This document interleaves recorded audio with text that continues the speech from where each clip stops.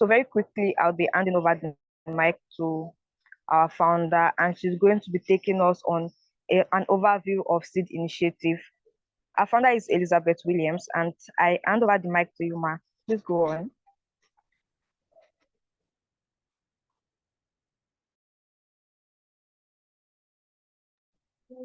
Good afternoon, everyone. Sorry, just my house is close to a mosque, so it's their prayer time. Trying to make sure that we can't hear the noise and all. Okay, good afternoon, everybody. I hope we're all doing great. I hope we're all doing good. I received. I was quite. I was laughing all through as Ayomide was reading out some of the responses for the icebreaker. So, amazing to be here. Please let me know if you can hear me clearly. I need to be sure. So just drop in the chat if you can hear me clearly. Very important, please. Awesome. Great. Thank you guys so much. Thank you. Okay, so as Ayomide rightly said, my name is Elizabeth Alatu Williams, and I'm the founder and also the executive director of Sustainable Impact and Development Initiative. I know quite a number of you currently on this call, but of course, I'm also looking forward to meeting and, networking and connecting and engaging with some of the new faces that we have in our midst, particularly for volunteers who are even outside of Lagos. So I'm based in Lagos, so I'm really looking forward to connecting with our volunteers that are, based outside of Lagos. So I can see some of us that are from Kaduna State. Fun fact, I'm from Kaduna State. I haven't been home in a while. But it's nice to see that there were a lot of people who applied from my home state. I was really excited about that. So without much ado, I'm just going to go straight into my presentation. So I'm going to be running us through like an overview of SID Initiative, because you can't say you're a volunteer of an organization if you don't even understand what the organization is about or what the organization does, right? Or the focus area of the organization. So as a volunteer of SID, you are like an ambassador of the organization, and you should be able to speak about the organization or defend the work that we do anywhere, you find yourself with anybody that, asks you any questions with regards to the organization. And that's why today's session is, this particular session I am taking is extremely important. So I'm just going to share my screen.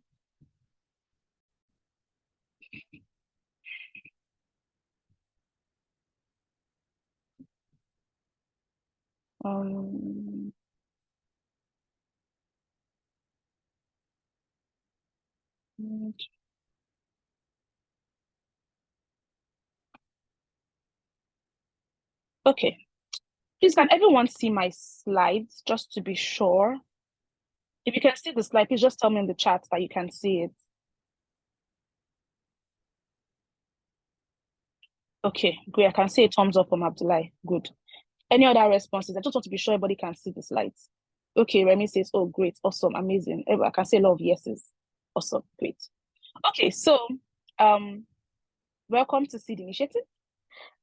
Basically, as I said, I'm going to be taking us through an overview of Sustainable Impact and Development Initiative. So when people tell you, what does SID Initiative mean? It simply means Sustainable Impact and Development. We've had a lot of people that have, called the organization name in different ways. So some people will say, oh, it's SID. Some people will say it's CD, some people will say it's SID, but the right word that we use is SID. SID, and it's not the seed of SEED, it's the seed of SID, and it just simply means, Sustainable Impact and Development Initiative. I mean, you can put up your video if you want to. Yeah, great. Okay, so let's move on. So we're going to do a very quick trivia, because I really want to know what your current knowledge of SID Initiative is. So that's why I intentionally put this in my slide. So I want to do a SID trivia. So the first question is this: in what year was, I know that some of the past volunteers might be able to answer most of these questions, because they've been with the organization for quite a number of years, but I'm also curious to see if the new ones also might know some of the answers. So we'll start with the first question. In what year was SID founded? I'm going to be looking at the charts to see our responses. In what year was SID founded? Give me answers, people. In what year? Just drop your answer in the chat. I want to know the person that will get the most the most answers correctly. This one is easy. Why are there no answers yet? This one is very, very easy. So I should have a lot of people that should know the answers. Okay, the officer says 2015. Interesting. Any other response? Any other response? I need answers. Answers, people. Answers. I think we have about 20 persons on this call. So I'm expecting we should have at least more people. Oh, no. Go back. Remy says 2019. Okay. I need like at least 2 or 3 more people to respond, and then I will Abdullah says 2019. Okay. Yes, what else? Mary says 2019. Okay, it is fine. It is fine. The correct answer is 2019. So if you said 2019, clap for yourself. You did well. So SID Initiative was founded in 2019, not 2015, officer. So I hope that you know that now. Okay, this one, everybody should get it because we already gave you expo. Who founded SID Initiative? Who founded SID Initiative? This one, everybody should get it. If you don't get this one, then I don't know what you're doing here. Who founded? Let's be quick. There are a lot of questions, but okay. Oh, beautiful. Manage even spells the full name like Elizabeth Alatu Williams. Love it. Remy, please. I'm not going to read your answer. Mary, wonderful. Sunday, Bukola, I can see. Great. Bukola was like, by you. I mean, I like that. Straight to the point. It's like, don't stress me, please. Okay, let's move to the next question. Quickly. I'm already giving you guys expo. How many persons started SID Initiative? How many persons started SID Initiative? Yes, I founded it, but I founded it with a couple of people. I'm already giving all of you expo because you saw my next slide. Let me see. Okay, Mary says 8, Sunday says 7, Abdullah says 5. Abdullah is supposed to collect Kano, but you're supposed to get this one correct. So the answer is 8. Yes, Bukola, you're right. Akinola is right.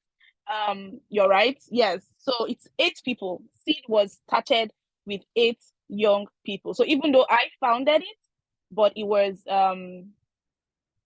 8 people that started the organization. What groups do SID Initiative program with and for? So what groups of people do we work with and program for? Yes, Remy. Ouch. What groups do we work with? Yes, beautiful. Bukola says adolescents. Margaret says young people. Yes, love it. There are other people we work with aside this. Teenagers and youths. Yes, Anu, correct. Any other response? We work with other groups as well. That we just started working with them recently as our last year. Young women, officer, correct. Medical groups, not really. Women, yes. Young people, yes. But you mentioned the one I want to hear. You've not mentioned the one I want to. Yes, thank you, Victoria. With disabilities, and it's now people. It's now called people with disabilities. It's no longer called people living with disabilities. It's now people with disabilities. But thank you, Victoria. Yes, and then there's one more group. In fact, 2 more groups actually. Okay, that's fine. But by the time I go through my slides, you'll be able to answer that question accurately. This one I want to see who will be able to get it. What is SID Initiative's vision and mission? What is our vision and our mission? What is SID Initiative's vision and mission? I want to see if anybody will get it. I want to see if anybody will get this answer.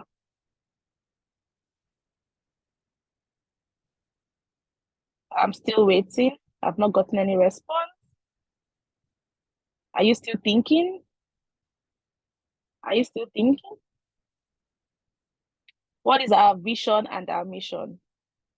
Okay, Abdullah says to provide sexual health and reproductive information. You're close. You're close. You're close. Yes, you're close.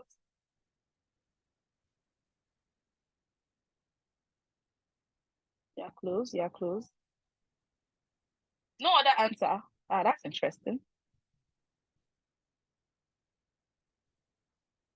Okay, I think we can just move on to the next question. Share 3 values that make SID. What are the 3? We have, like, I think we have about 5 or 6 values, but just tell me 3. Okay, Remy says to provide quality sexual reproductive health information and services to young people in order to make informed. Oh, beautiful. Remy, say I'm clapping for you. Remy got it. Very correct. Thanks, Remy. Okay, so can you tell us, can anybody tell me what are 3 values that make SID? We have about 6, but just tell me 3. 3 values that make SID.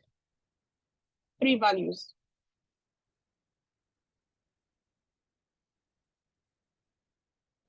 3 values. Come on, let's go.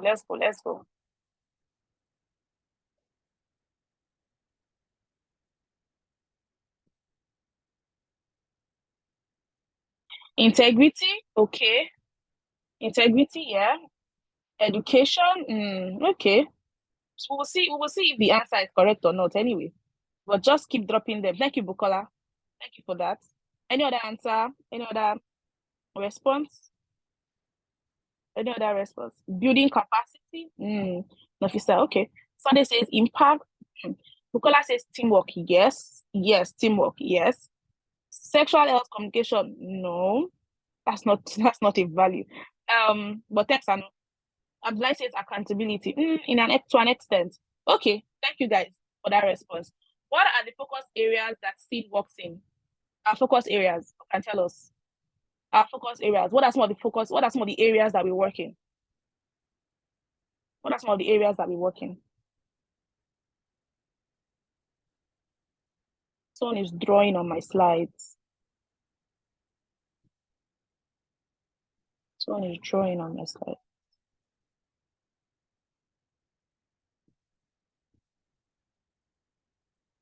Yes, Alhamdulillah, beautiful. Sexual reproductive health and which is like our main area of focus.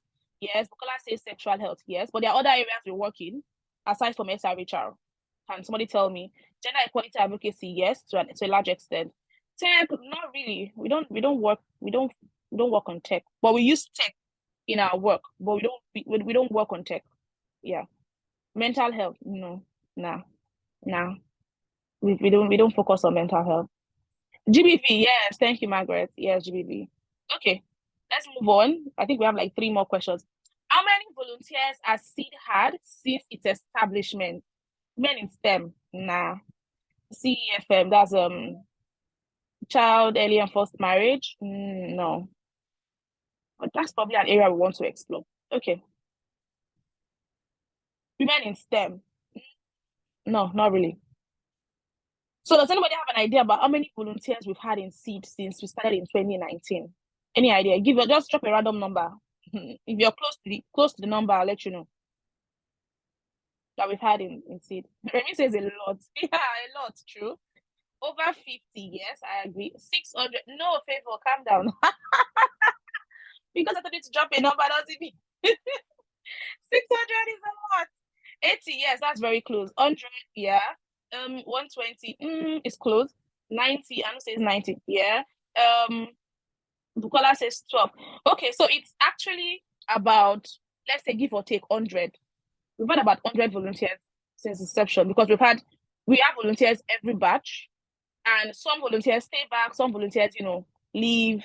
Yeah. So between 100 and 150, but not 600, Bukola. But thank you guys. Okay. How many persons are currently on SID's management team? How many persons are currently on SID's management team? Any idea? Any idea? Maybe says 7. Okay. Abdullah says 8. Okay. Interesting. Favor says 5. Sunday says 10. How? It's management team, like the people that are like the staff of the organization that manage the functions of the organization. Ulacha says 6. Officer says 7. Okay, we'll get to find out today. Don't worry. How many volunteers does SID have in 2024? This one, everybody should get it. X plus Ajibola. Your response are always so funny. Sani Jesus, you said 73. How do we have 73 staff? That's too much. No. How many volunteers does SID have in 2024? Come on. This one, everybody should get it. Everybody should get this one. 37. Are you sure? You sure it's 37? 63? Interesting.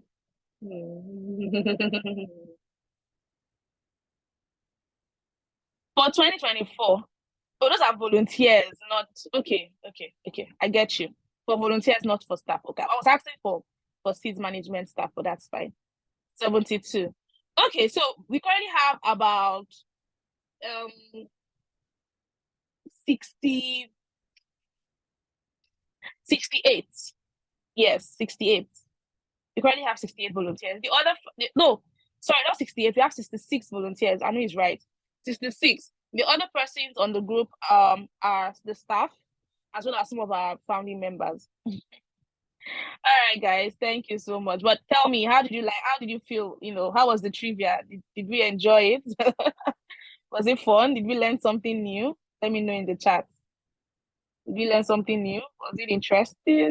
Because I know you had a lot of fun because your answers were funny. Okay, I'm glad it was fun. That was the intention, so I'm glad. Yes, interesting. Mary says interesting. Anu says enlightening, beautiful. Fanny says it was challenging. Don't worry. By the time I'm done my slides today, you'll be able to answer all the questions without stressing. But that's fine. All right, guys. Thank you all so much for being very active and participating, fully well in the trivia. So thank you guys so much. Let's move to our next slide. So let us now start to answer those questions that I asked you, right? So the SID Initiative was established in 2019 with 8 young people passionate about improving the sexual and reproductive health of young people, especially in marginalized communities. But now, many of these people are now founding members and board members providing advisory services to the organization. So the only person on this slide that you can see here that is still a member of the management team is myself, which you can see in the middle.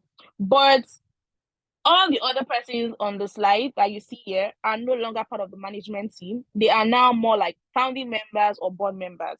So we have Chidima, who used to be our legal person, but she still supports us in that area. We have Blessing, who used to be our programs person, but now is on our board, and she provides support to us. She was one of the persons that facilitated our staff retreat early this year. Mary now works with Gavi Alliance, but she still supports the organization as a founding member. Mujakwa is currently in the UK doing her master's, but she still supports us as a founding member. But she used to be our M&E officer. Julius Lorena has his own organization called the Learners Corners Orb, and we still partner with his organization, to host some of our programs in SID, right? So he still supports us in that capacity. Fumi used to be our social media comms person, but she's currently in the UK now doing her master's. But of course, she still supports us. She facilitates sessions, and she just provides advisory support to the organization. Nonya is currently with us, but more in a consultancy capacity in the area of our finance, and then she's also sitting on our board as a board member.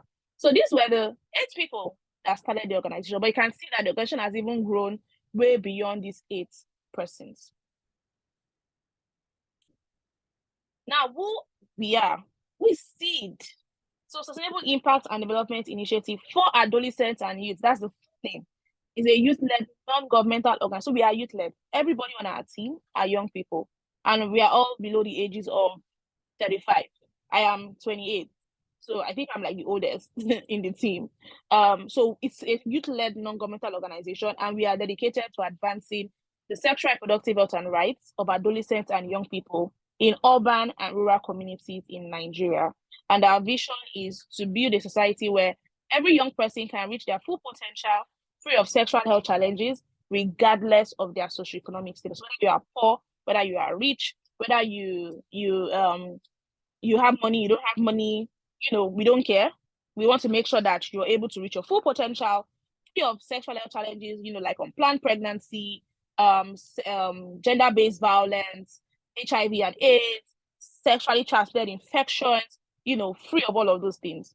And our mission is to provide high quality. So we don't just want to provide sexual and reproductive health information and services, but want to make sure that it is of high quality to young people to enable them to live out their full potential. So that is who SID Initiative is. Now, what are our values? So for some of you that mentioned integrity and teamwork, you can see that you're actually correct. So our values are 5. The first being integrity and openness, right? So We do what we say and are open about our work and activities. We don't condone dishonesty and corruption. So we are big on, we are very open in SID. Like even our volunteers, they know what's happening in the organization, right? Because we are very transparent and we are very open. Teamwork. We are one family and we treat everyone as family.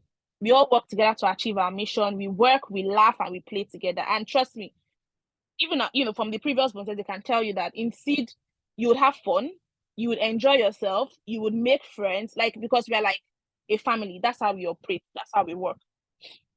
Now, onboard service, we meet young people in their places of abode, school, and work.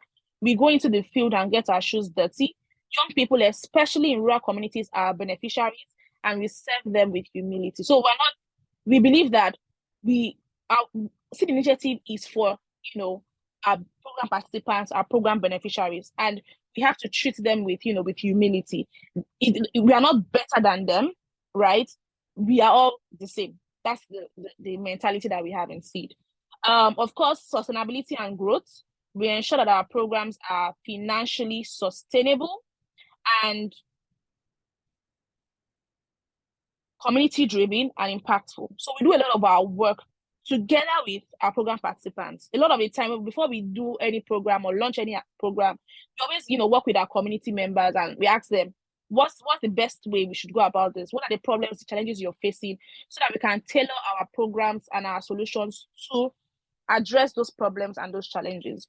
Now, this is very important. Instead, we focus on quality over quantity. We're not big on numbers. If you look at our annual report from 2019 up until 2023, and our 2023 annual report will be ready by the end of this month or early next month, you would see that we don't really report huge numbers. Like, oh, we've reached 20,000 people, or we've reached 1 million people. No, our numbers are always small because we focus on quality. We make sure that our programs, our trainings, have good impact on the persons that we are trying to reach. The only place you would see huge numbers are usually our social media activities, because social media has, a very wide reach. And our media is going to do a good job today running you through social media for your SRHR advocacy work, which is something we are big on in SID. And as I said, we do this achieving the most results with little resources. So you'll be amazed by how much we have as an organization, but the level of impact we've been able to make. So we know how to manage resources to be able to make the most impact. And of course, we leverage on partnerships, grants, and donations. And our volunteer community have been a huge part of that, because especially during the initial stage, 2019, 2020, when we didn't have any grants, our volunteers were the ones committing their financial resources, technical resources towards most of the programs we had at that time. And so we really appreciate our volunteers and we celebrate them a lot. Of course, evidence and data. We take evidence and data extremely important. All our projects and activities are driven by data, accurate and factual data. And the results of our interventions are always documented, because our mantra is, if it wasn't documented, then it means that it never happened. Somebody is drawing on my slide. Why are you drawing on my slide? Okay, so those are our values, right? And that's why from the first year when SID was established, we always have an annual report that documents everything we've done that year and everything that we've achieved for that year, so that we will know, are we making progress? What are the challenges we are facing? How do we need to, solve them or curb them? It's extremely important for us. So let's move on. Now our work, and I think this, somebody said this, right, when you mentioned SRHR, that's like sexual reproductive health and rights. Yeah. So our first focus area when it comes to our work is comprehensive sexuality education. We do a lot, and when I say a lot, we do a lot of work on sexual reproductive, on comprehensive sexuality education. In fact, I would even say that one of our major focus when it comes to our work is sexual reproductive health and rights. It's sexual reproductive health and rights. Yeah. So that's the first area of focus. The second is capacity building and training. We do a lot. And this one, anybody can tell you in SID. We do a lot of capacity building and trainings in our work. Then the third being advocacy. So we do a lot of work around advocacy, policy influencing. We organize community outreaches, so we do a lot of sensitization and awareness programs. We are big on social behavioral change communication. So we do a lot of social media activities, from webinars to Instagram lives to Twitter, Twitter chats. And now we have the space, so tweet spaces as well. We are also big on referrals. We do not provide, what's the word now? We do not provide services directly to young people. But what we do is we work with other organizations that provide, those services, and we refer them for service uptake. Now, the team, right? So I was asking how many persons do we have on the management team? We actually have 5 people. There's one person missing in this picture. And this was during our staff retreat early this year in January. So we have 5 people that work on the SID management team. And of course, we've been interfacing with some of them on the volunteers WhatsApp group. The first being myself, the executive director, Elizabeth Williams. We have the programs officer, who is Gloria Williams. We have our finance consultant, as I mentioned, Shinayan Chukuneye, who sits on our board as well. We have our programs associate, Ayomide Aboyade. And I must say this, Ayomide used to be one of our program participants. She was part of our, in fact, Ayomide, the 2 Ayomides actually, used to be part of our program participants. They were part of the social media influencers training that we, young influencers training that we did, I think 2021. No, yeah, 2022. Yeah, 2022. And now, Aboyade, who is the program associate, was our program intern last year, but has now moved to program associate. And then for the other Ayomide, Ajibola, she's our current social media intern. So all the amazing, posts and content you see on our social media platform that started this year is done by her. And she's also the one who has been engaging with you guys on the volunteer WhatsApp group, sharing the link, sending reminders, and all of that. So this is the amazing team that works in SID. People tell us, why don't we have a man or a guy or a male on our team? And it's not intentional, right? It's not like we intentionally say we don't want to have a male on our team. We've just not had a male make it to our team, right? They've just not hit our our criteria. That's the word. So maybe who knows? When we open up new opportunities to join us, we might have a male who would be up to the task to join the team. So yeah. Now, for our focus areas, as I mentioned earlier, I asked this question that what are our focus areas? So we have 5. 1 is sexual and reproductive health and rights, 2, family planning, 3, HIV and AIDS, 4, sexual and gender-based violence, and 5, youth leadership. But of course, we're open to exploring and expanding this a bit further. But for now, these are the 5 focus areas that we work on. And this picture was at one of our trainings that we did for persons, adolescent girls and young women with disability last year. Now, who do we serve? I also asked this question. Number 1, adolescents and young people. Number 2, adolescent girls and young women. Number 3, out of school young people. Number 4, persons living with HIV. And number 5, persons with disability. So these are the target group that we work with. And I must say that prior to last year, we're only working with just the top 3. But as at last year, we added the 2 below.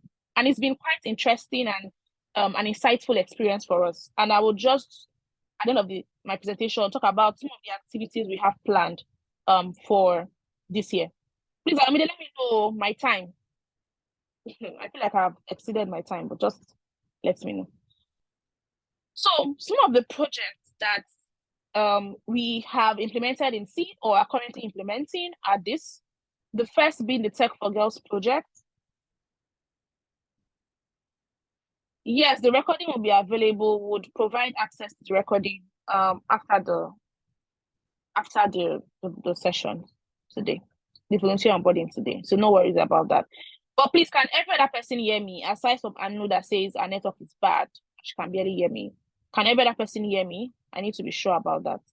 If you can hear me, please just tell me. Okay, Emily, thank you for letting me know. I've used my 30 minutes. I'll quickly run through my remaining slides. Great, thank you so much, everybody. Yeah, just wanted to be sure. Awesome. Thank you. So let me quickly run through this because everybody is telling me that my time is up.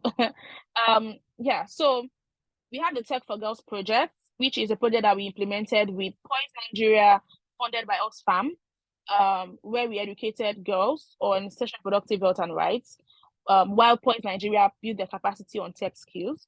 We have Project A. Project A was a COVID-19 intervention where we educated girls in 2 communities in Lagos on SRHR, and we also provided them with palliatives. The SRHR was a social media behavioral change communication project where we had about 10 speakers come speak about different topics on SRHR, which was on Twitter. So it was a Twitter chat event that happened weekly, every week. And we had 10 speakers come each week to talk about one SRHR, and it was a huge success. We are currently implementing the We Lead project. The We Lead project is a 5-year project which started in 2021, but with active implementation in 2022. And our target audience for these 2 groups are adolescent girls and young women living with HIV and adolescent girls and young women with disability. And this year, we're also going to be having series of programs and interventions for them. Also, for this group, we're also targeting media practitioners as well as social media influencers and policymakers, right? So these 3 people are also put that we also target under the VD project that we'll also be having activities and programs with this year. Then we have the UNFPA CSC project that we're also currently implementing, where we are educating out-of-school young people on sexual and reproductive health and rights, comprehensive sexual education topics. And then we have the Girls Corner project, which was a project that we piloted in 2022, where we educated girls, trained girls on SRHR. This was led by Remy, Gloria, Fumi, and Wumi. And they were our volunteers at the time, right? So I really love this project. I love talking about it because it was a volunteer-driven project that happened. And now we're looking at scaling up the project to make it more of a, what's the word now called? A cohort program, right? So we'll talk a little bit more about that as the months keep going by. We're currently at the planning stage. As we keep finalizing the planning and all, we'll let you guys know about the Girls Corner project. But it's going to be a really big one, and I hope that we'll have many of our volunteers join in on the implementation of this particular project. So 2023, just want to talk about 2023, a snapshot of what we've done last year. This would, you'd get to see a little bit more in more details about this in our annual report for 2023 once it comes out. So last year, we were able to train 220 adolescents and young people through our series of programs and interventions. We were able to reach 14,000 through our radio program. We were able to reach over 100,000 through social media. We were also able to train 35 adolescent girls and young women with disability on SRHR and advocacy, as well as 31 adolescent girls and young women living with HIV. We were able to participate in 11 capacity strengthening workshops and training, both within Lagos, in Abuja, and even outside Nigeria. We conducted 3 advocacy visits to governments, ministries, departments, and agencies in Lagos. We participated in 8 advocacy engagements in Nigeria as well as outside Nigeria. We developed 2 resource materials, which were 2 policy briefs on adolescent girls and young women with HIV and adolescent girls and young women with disability in Lagos State. And we also developed 2 abstracts that were presented at the National Conference for Adolescent Health last year. So this is some of the things we were able to achieve. As I mentioned earlier, SID is big on quality over quantity. So you can see that the numbers are not a lot because we're not particular about reaching 1 million people. For us, it's about the quality of the people that we are reaching. So just some photos to speak some of the activities we had last year. So as I mentioned, these are some pictures from the Tech for Girls project. You can see Gloria, the program officer, facilitating a session with the girls. And this was during the graduation of some of the girls. This was the National Conference on Adolescent Health. You can see we had some of our program participants as well as the team at the conference. And then this is Gloria, our program officer, presenting one of the abstracts. The UNFPA CSC project, as I mentioned earlier, So as you can see, this was a training that we had with UNFPA with other implementing organizations. And then this was, some capacity strengthening, capacity building, organizational programs that we participated in, thanks to our funder, EVOS and we lead under the Relate project. So these are some of the trainings. This was a training on SRHR and intersectionality. I think it was a training on, I think it's a self-care workshop. This was a training on human rights that a program intern as a last year attended. And then this was a training on SRHR that Ayomide, our current program associate, attended in Abuja. And then under the We Lead project, as I mentioned earlier, these are some pictures from some of the activities that we had. So we had a 2-day training for girls living with HIV. We also had a 2-day training for girls with disabilities. And this was advocacy visits that we had to the Lagos State AIDS Control Agency, as you can see here. And then we also had another one with the Lagos State Ministry of Health. And then to end the year last year, we had an end of the year hangout with our volunteers, the staff, board members, as well as our partner organizations, where we were able to just, think back on the year, celebrate some of our volunteers. We presented awards to some of our active volunteers at the end of the year. Had good food, played games, and just laughed and unwind and had a good time. And we are hoping to do that again this year as well. Yeah, so for contact, you can contact us. We have our office in Lagos at 11 Ajayi Road, Ogba. That's our office contact there, our website and our social media platform. This picture was taken during our International Youth Day event last year. Thank you for listening. So now I'll take any questions. So if we have any question, please. I'll be taking questions now. Oh, thank you. I can see people are clapping for me. Thank you, guys. Thank you. Please encourage us. It's not easy. This work is not easy. Thank you. Thank you so much. Sunday says thank you so much for this insightful presentation. Thank you.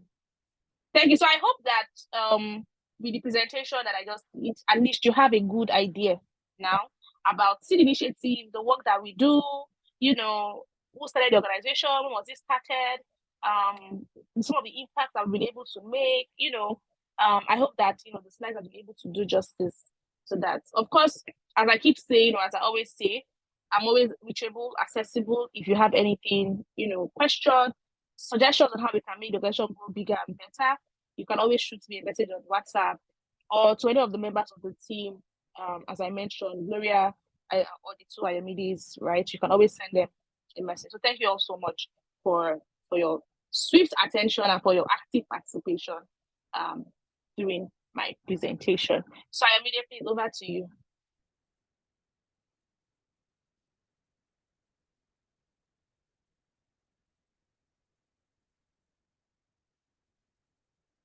You're muted.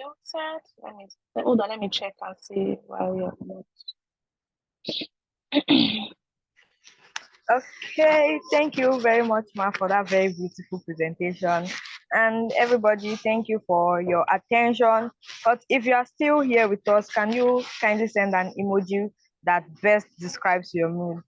Just send the emoji to the chat box. If you are still with us, send an emoji that best describes your mood to the chat box. Quickly. Okay. Okay, thank you, everyone. So very quickly, our time is fast spent. We'll be having our program officer, who is Ms. Gloria Williams, come to take us on a very quick session on volunteer roles and expectations. Very quickly, we'll be having her come to speak to us. And who is sad there? Oh, she's not sad, sorry. Okay, so I'll hand over the mic to Ms. Gloria. Thank you very much.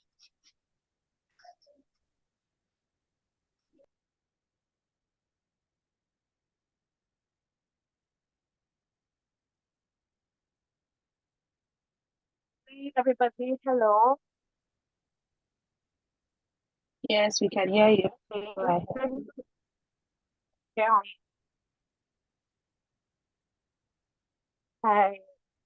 Hi, Obide. Thank you for the introduction. And Elizabeth, thank you for sharing, um, on giving us more information about SID Initiative. And I think that I also relearned our history and our past. So thank you very much. Yeah, for the next, I'm going to keep the time, don't worry. For the next 15 minutes, you guys will be hearing my lovely voice. So if my voice not lovely, nobody's complimenting me, nobody's saying anything. I'm sure you would have been wondering, who is this Gloria that is appearing in all pictures that Elizabeth was showing? I am So the they, one. they Thank are muted, you. so you can drop messages on the chat. Okay.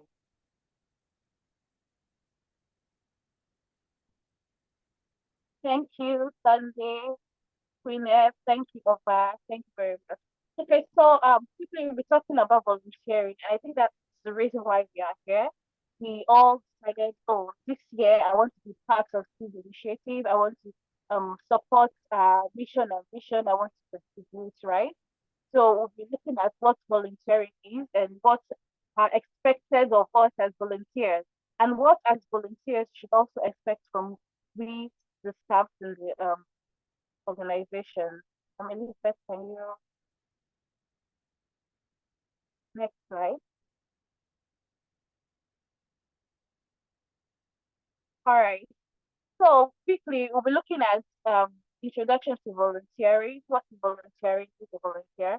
We're looking at the various types of volunteering services, then the roles and responsibilities of a volunteer, roles and responsibilities of the organization, see the initiative in this case, the benefits of volunteering, and skills that you should fully learn or gain in this 1 year volunteering resource activity. All right, so we're going to write on the chat box one word that comes to our mind when we hear the word volunteer. So when you hear the word volunteering, what is the one word that comes to your mind? Can we put it on the chat box? To serve, Ravita, thank you. Any other person? To do something with, yes. To serve, to do it willingly, you're not forced to do it. Rendering a helping hand, thank you, Abdullah, yes. More comments, an act of service to humanity. Yes, Luca, thank you, it's an act of service to humanity. Any other person? Humble service. All right. So I most of us did not say one word, right? We say Nigerians, most of us when they say one word, don't have to put it in one word. But then, thank you very much. Um, we are all correct, Elizabeth.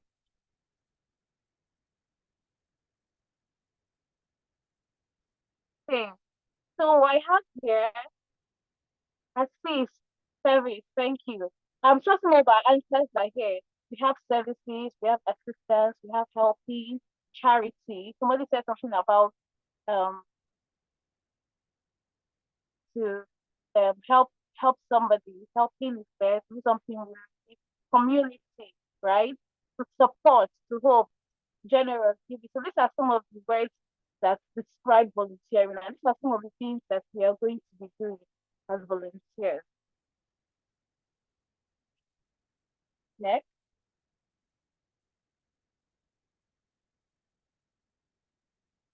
so let's go.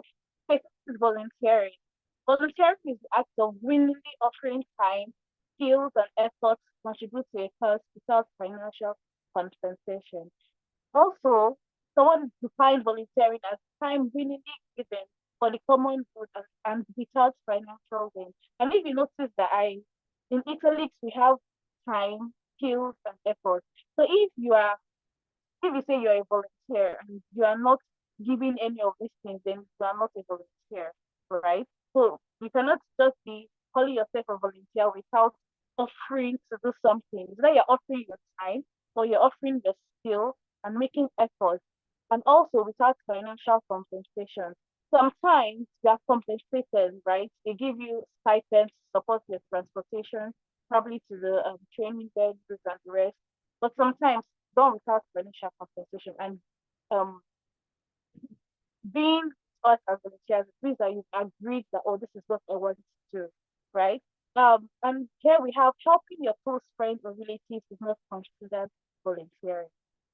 So once you're helping your sister, you're helping your brother to wash clothes, to wash plates, clean the house, it is not volunteering. You're volunteering when you're doing it for somebody you do not know, right? So it's when you do something for somebody else, just for the benefits of that person or the benefits of that community, right? That is where you can say you're volunteering. Okay, Elizabeth, next. Please, I hope we're together and I'm not too fast.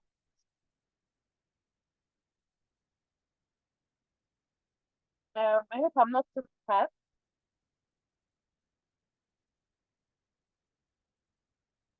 Okay, thank you. So who is a volunteer? And all of us here are volunteers. The staff here, myself, Ayomide, Sayomide, we are all volunteers here. And a volunteer is a person who works for an organization without being paid. That is who a volunteer is. And also, a volunteer is someone who does work without being paid for it because they want to do it. I decided to add this last part because it's very important. You cannot be forced to do something and then call yourself a volunteer. You're doing it because you want to do it. You're doing it because it makes you happy. You're not you want to do it. Next.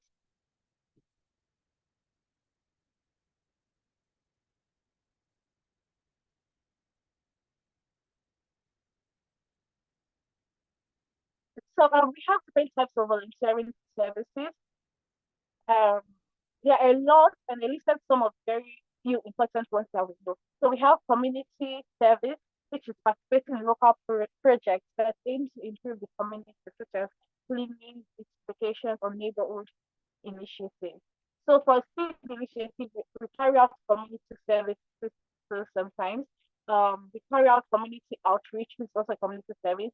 During COVID-19 pandemic, we there was the sharing of palliatives to undeserved communities. We went to one place, I think Ilaje, and somewhere else, I think or yeah, that area.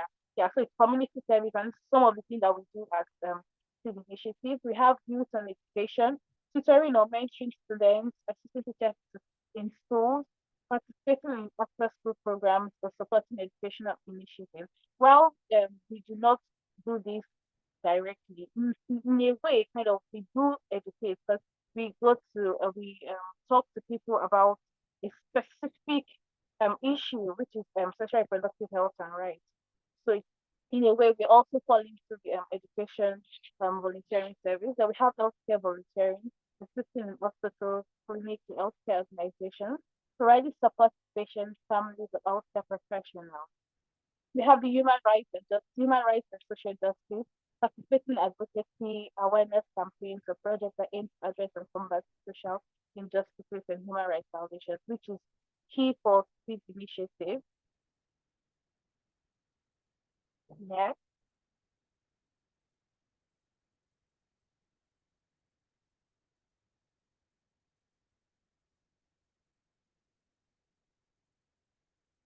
So we also have environmental volunteering, which is engaging in activities focused on environmental conservation, such as tree planting, beach cleanup, wildlife preservation. We have international volunteering, contributing to projects and initiatives in other country development. And I think USA do something like this. We have arts and culture, volunteering at museum, gallery, places of cultural events, support the agricultural preservation. We have technology and IT volunteering, assisting non-profit organizations with technology-related tasks, website development to provide IT support. So you don't necessarily have to be, that's why I said you don't necessarily have to be in person for you to volunteer. You know? it can be a skill. If you're good at graphics design, you can just be, oh, okay, my skill is graphics design and I want to be the one in charge of all your graphics design. It's also a way of volunteering, even though you don't have time to be there physically for other physical activities. Next.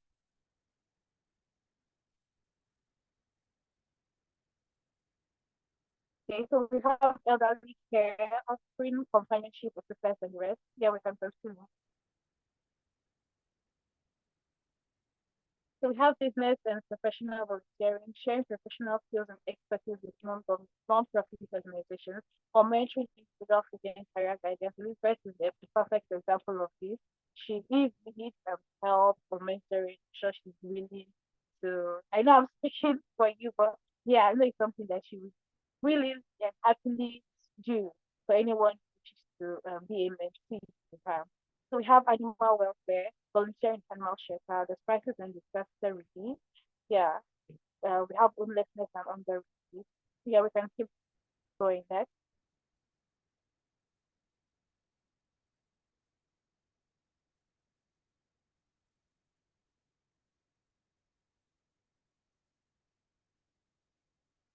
So we have disability support, we have legal aid and advocacy, we have sports and recreation. These are some of the ways that we can support the various volunteering services that we can support next.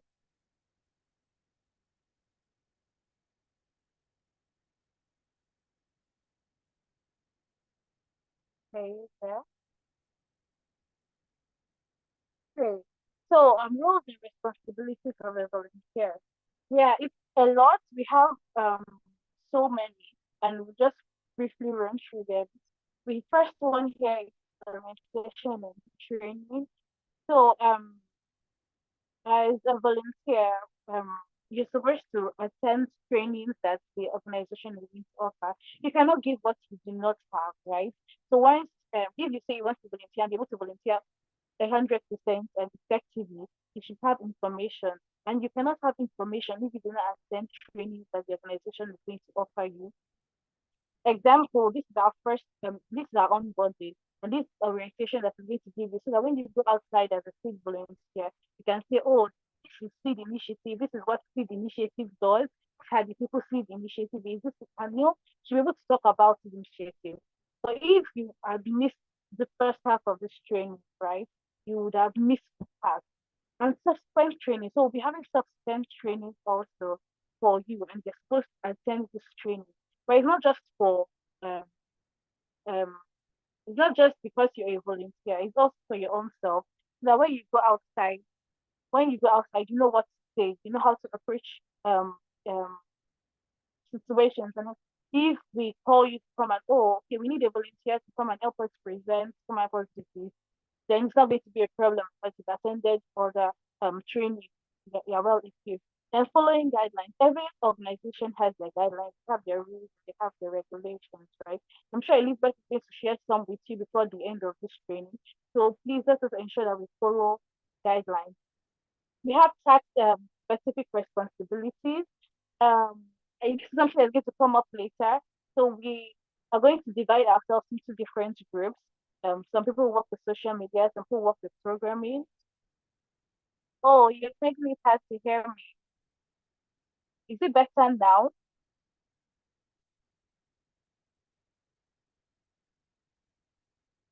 Is it better? Okay, thank you.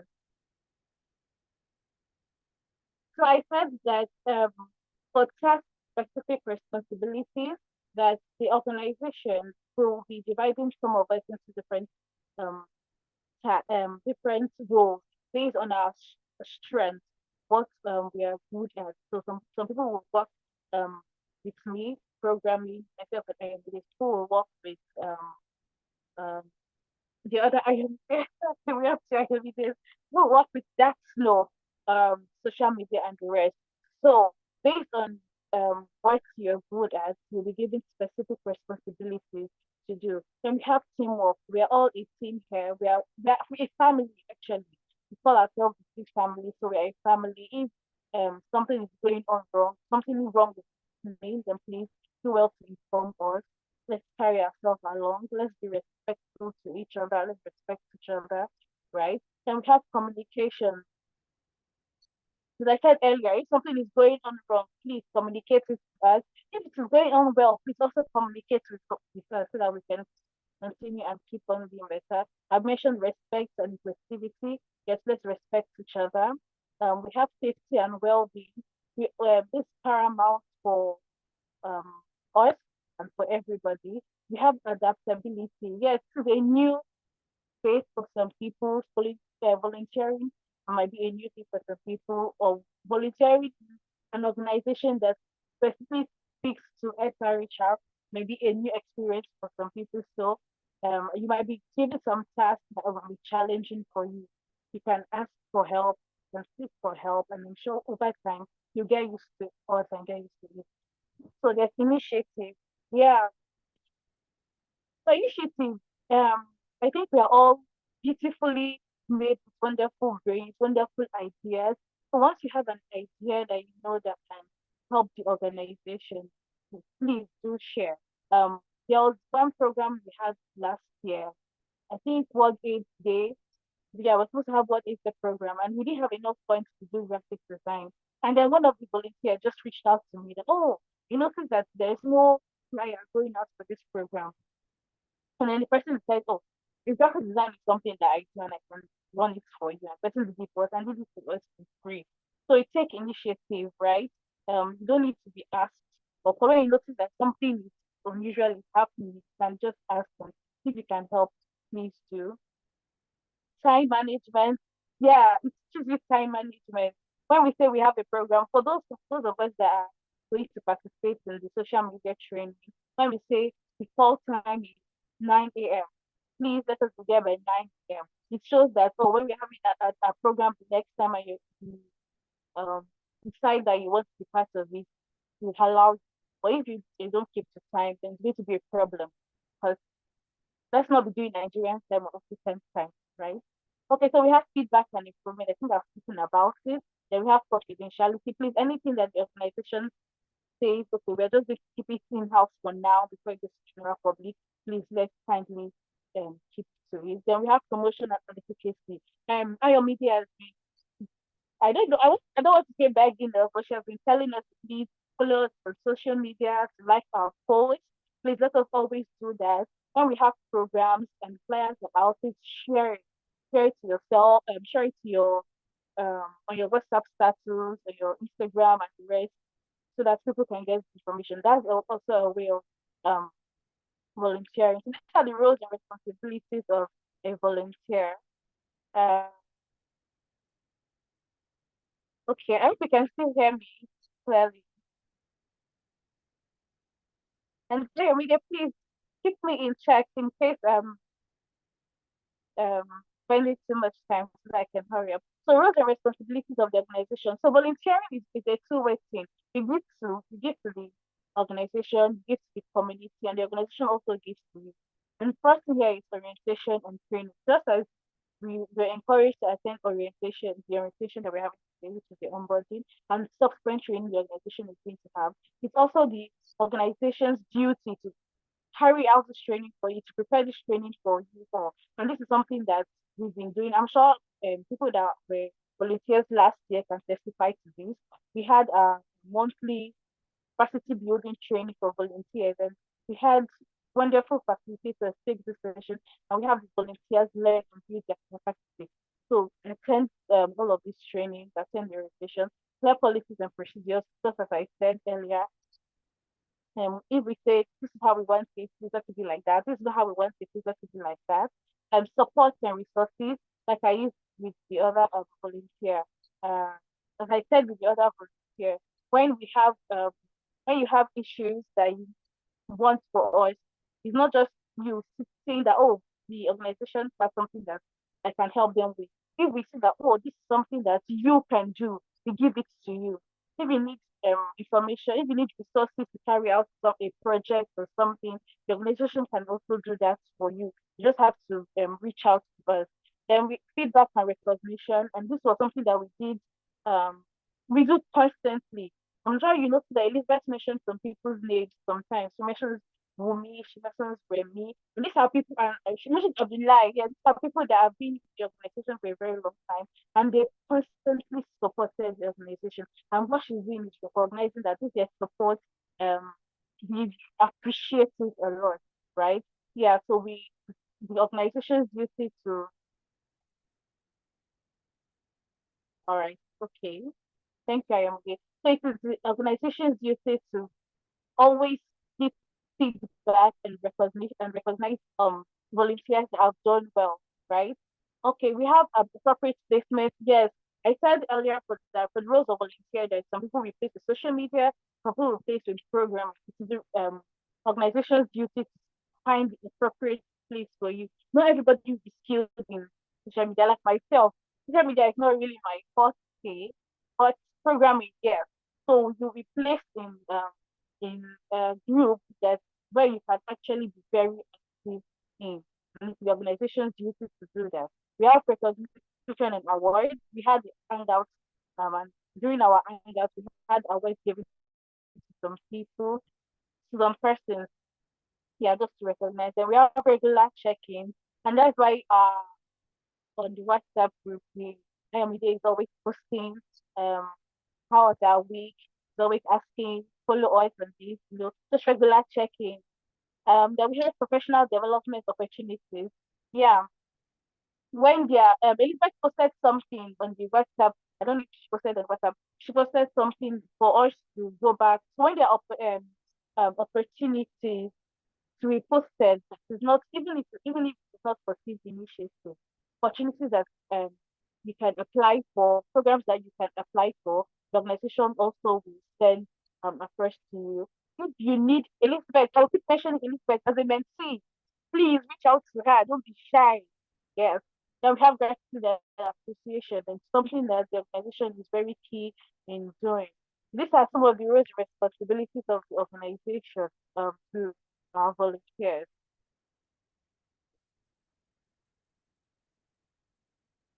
Okay, that.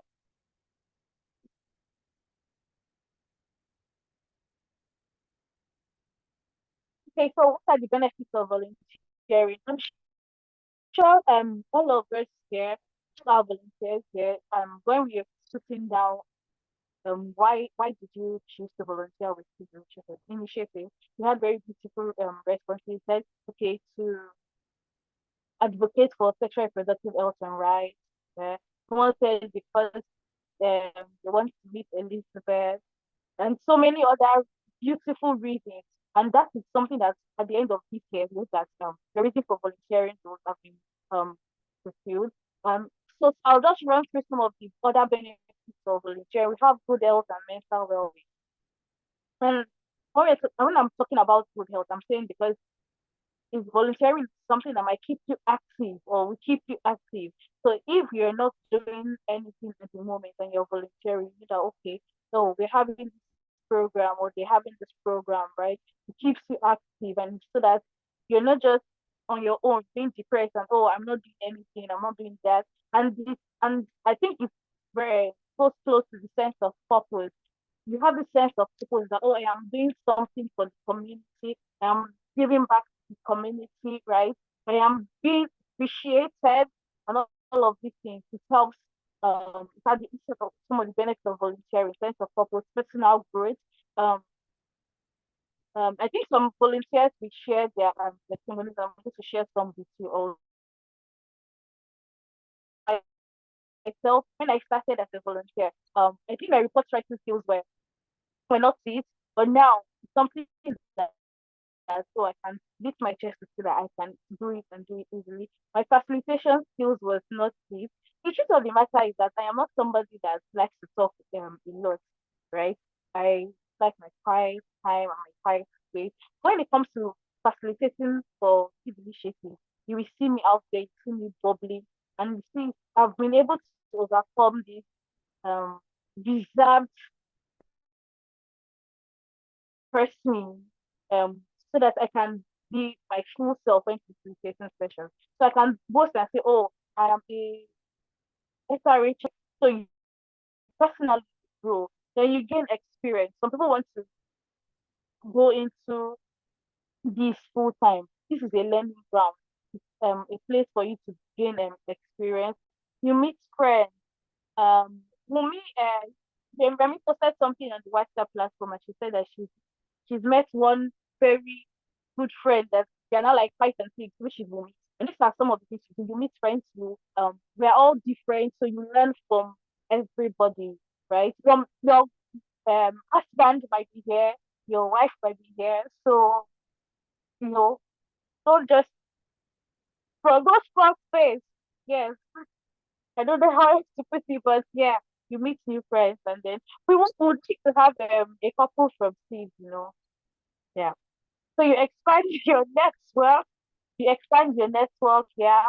You learn valuable skills, and that's why I said that attending trainings are very important because you tend to learn skills. And if you are available to attend, for those living in Lagos, if you are available to attend our in-person um, programs to volunteer for us, please and please and please and please too. It also helps you to get out of your comfort zone. Ask your media or ask if we've gone to places that you didn't think that we'd be able to get there. Some places in Lagos that you'd be like, okay, so this is Lagos. Some places outside Lagos also, right? You'll be able to get out of your comfort zone. Um, and honestly, there's nothing that you cannot do once you put your mind to it. Then we have skills development. We have local streams, I already mentioned that. And most importantly, it's a way of giving back to the community. We have to see mental sense of community. Oh, okay, using my own quota to giving back to the community.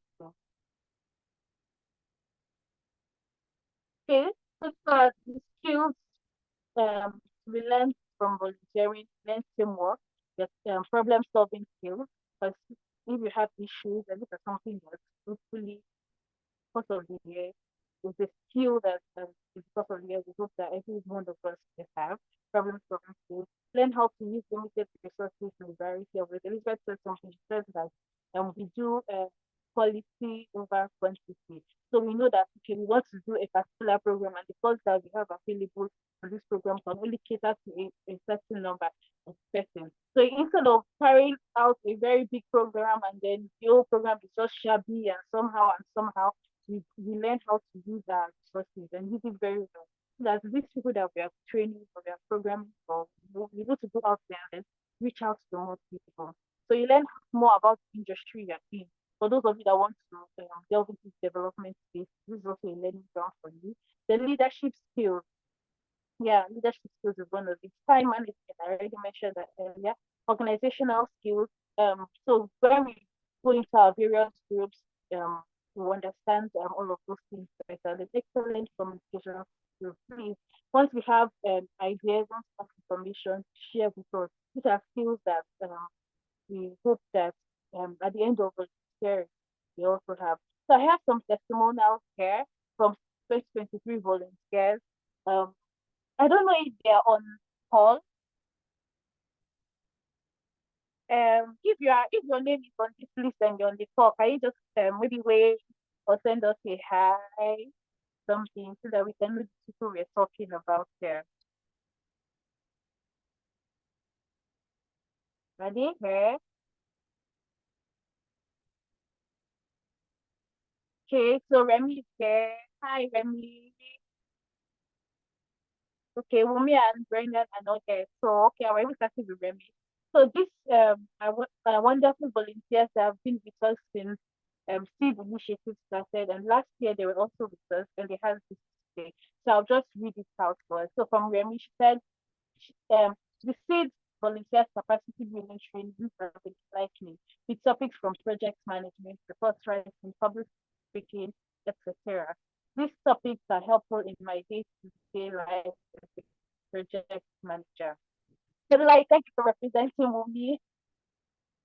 So Wumi had this to say. She said just before my NYC service year was over in 2020, I started thinking of ways I could be more impactful in my community, especially in the public health space. And I came across this initiative. It has been a worthwhile experience and more being able to engage with young people of diverse cultures and knowledge of sexual health and reproduction, also being able to address and resolve issues that affect sexual and reproductive health rights of young people in the community.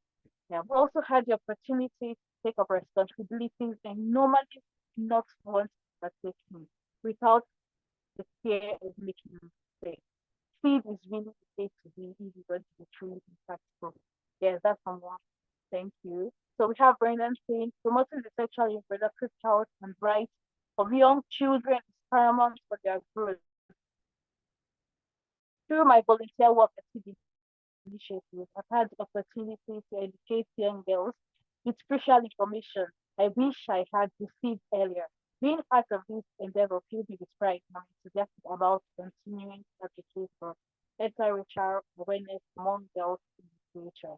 So these are testimonials from some of our volunteers from inception to date. They're all working in different spaces and doing wonderful work there, but still they are with SID Initiative because yes, SID Initiative has done suffered them a lot, and we hope and we know that we are going to do the same for new volunteers coming to join us.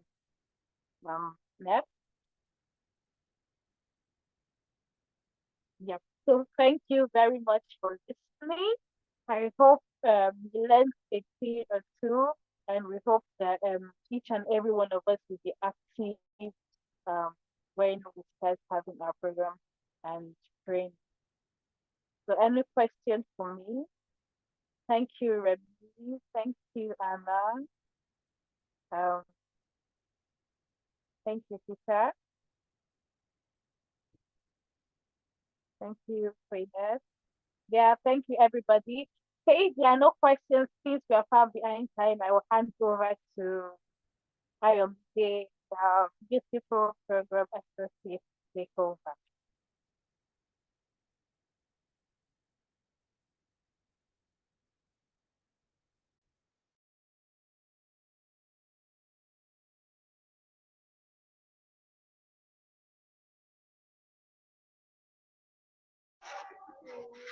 All right. Thank you very much, Ms. Gloria, for your wonderful session on the roles and expectations of volunteers and also what volunteers should expect from the organization.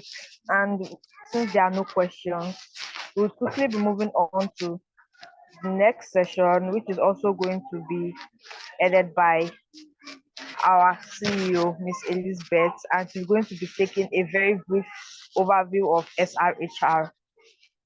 So thank you very much, Ma. I'd like to hand over the mic to you right now.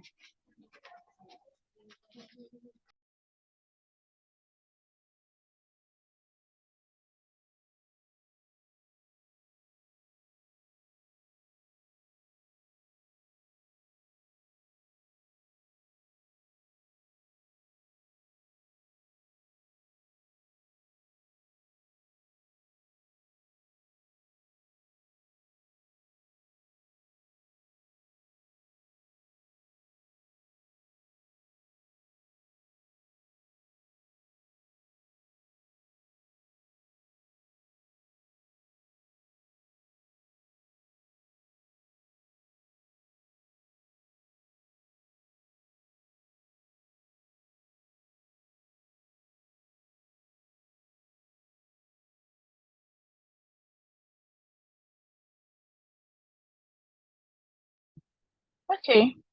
Yes, I am back.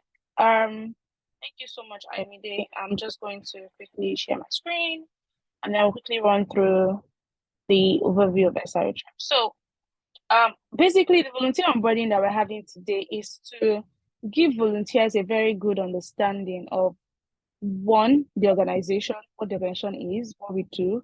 Two, what I expected of you as a volunteer, as well as what we would be giving to you, as an organization that's volunteering with us. Three, for you to have a good understanding of SRHR, because that's the core focus of our work. And then the fourth thing is to build your capacity on how you can use social media to advocate for SRHR, because that's like the core things that we do as an organization. And because we have volunteers spread across different states in Nigeria, we can't have physical programs in every state. But one thing we will definitely be doing is we'll be having social media activities, right? So that no matter where you are based, you'll be able to participate and you'll be able to contribute even to the planning of those social media activities. So that's why we decided on having just these 4 sessions during the volunteer onboarding today. So I'm going to quickly run through the overview of SRHR. Okay. So please, I hope you all can see my screen. Just let me know you can see my screen. Can everybody see my screen?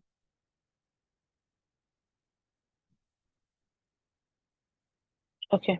Leshala says yes. Okay, great. Thank you. Thank you guys so much. Thanks. All right, cool. So let's run through with this. So I'm going to start with the first thing. And this, I always like to start with this question. When you hear the word sexual reproductive health and rights, comes to your mind? Just one word. When you hear the word sexual reproductive health and rights, what is the first thing that comes to your mind? Tell me in the chat box. What's the first thing? The first thing that comes to your mind? Okay, Mary says choices. Yes, I like that. So when you hear the word sexual reproductive health, because sometimes when we use big grammar, sexual reproductive health sounds very big. It's a very big English, very big Oyinbo. So I always like to break it down. So when you hear the word sexual reproductive health and rights, what comes to your mind?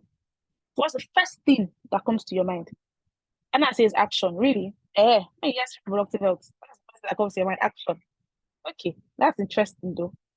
But nobody's telling me the things that usually come to people's mind when they hear sexual reproductive health. Thank you, Latifat. Yes, sex education. Yes.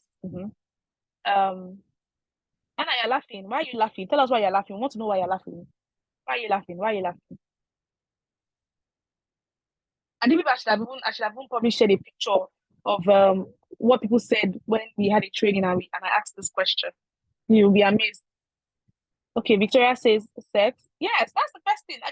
I mean, there's sex in sexual reproductive health. So I mean, really, when you're sexual reproductive health, like the first thing that comes to your mind is sex, and that's why there's this misconception that we are teaching young people how to have sex, or we're spoiling young people, right? Because people think that in a sentence you want to spoil their children. Yes, because people think that sexual reproductive health is about sex, and that's not true. And we'll get to find out a little bit more about that. Okay, guys, any other response so we can proceed before everybody tells me my time is up? Any other one? Come on, let's go. We are far behind time, but we're trying to still make sure we stick to time. Nobody's giving me answer. Are you sure they did not force you to come and volunteer with SID? Because all of you were saying in your applications that you want to provide SRHR information to young people. You want to impact young people's life. You want to do so many things. So how come I'm not getting responses? Okay, Adeshola says gender equality. Interesting. I still feel like you guys are being very complicated in your response. Because there are just so many things that usually come up. The topic should be for adults. Exactly, yeah. Okay, I think I'm just going to proceed. Thank you guys so much for those that have already responded. So basically, the outline for this particular presentation is we'll try to have an understanding of what SRHR means. Who is SRHR for? What are some of the challenges that we face or young people face when it comes to SRHR, and what needs to be done? And just to say, when we hear the word SRHR simply means sexual reproductive health and rights. So please, you cannot be you cannot be an SRHR advocate or work in SID and not know what SRHR means. Like that's the number one thing you need to know. That SRHR means sexual reproductive health and rights. So let's discuss. Some of the things when we talk about sexual reproductive health and rights, some of the things that come up Latifa mentioned one, sex education. Nobody mentioned condoms. Nobody mentioned family planning. Nobody mentioned contraceptives. Nobody mentioned pregnancy. Nobody mentioned abortion. Nobody mentioned menstruation. I'm surprised. Like, these are usually the things that, when we have trainings on sexual reproductive health and rights, and we ask people, what comes to your mind when you hear the word SRHR? These are the things that people always mention, contraception, abstinence, gender, condoms, HIV, love, menstruation, safety, abortion, sexuality, right? Relationships, yes. Relationships, pregnancy, These are the things that usually come up when, we mention the word sexual and reproductive health and rights. So you can see some of them here on the slide, as I mentioned. So why SRHR? Like, I've gotten a lot of questions from a lot of people like, SRHR is not that important now. Like, there are other important issues, like the environment is dying, or the environment is, we're experiencing climate change. Climate change is increasing every day day by day, minute by minute. Like, why should we be talking about SRHR when there's poverty in the land, and all of that? Now, in as much as I agree that those issues are important, SRHR is also an important issue. Because if you save the planet, right, and you don't save the people, who are you saving the planet for? Right? When there's climate crisis and young people or young girls are forced into displacement, what happens? Gender-based violence increases. Teenage pregnancy does what? Increases. Unplanned pregnancy does what? Increases. And when that happens, what happens? The health of these persons are affected. They're not able to fulfill their true potential. And by so doing, they're not able to contribute to what? To the economy, to their families and their communities. So that is why SRHR is important. SRHR is important because, number one, it's a population issue. Over 30 million Nigerians are between the ages of 10 to 19. And nearly 1/3 of Nigeria's population is between the ages of 10 to 24, which is about 50 million people. What that means is that if this population, this 30 million plus 50 million, that's about 80 million people. If the health of 80 million people or the potential of 80 million people is in shambles because of unplanned pregnancy and the HIV and AIDS or gender-based violence, then it means that we have a population crisis in Nigeria. Secondly, it's an health issue. It's an health issue because more than half of all new HIV infections occur in people under the age of 25, with girls disproportionately affected. So more than half of all new HIV infections happen in people below the age of 25. And girls in that population are the ones who are even with the high prevalence of the new HIV infections. And there are so many more other statistics. There are statistics for gender-based violence. There are statistics for unplanned pregnancy. There are statistics for abortion, right? But I just wanted to pick just one of those statistics because my intention today is not to talk about it because the statistics are there. So that's not even like the problem. They are there. We all know that it is that it's a health issue.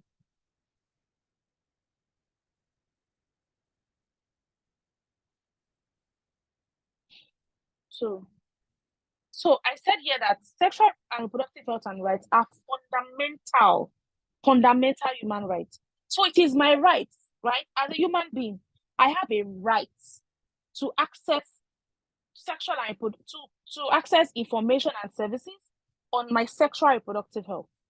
It is a fundamental human right.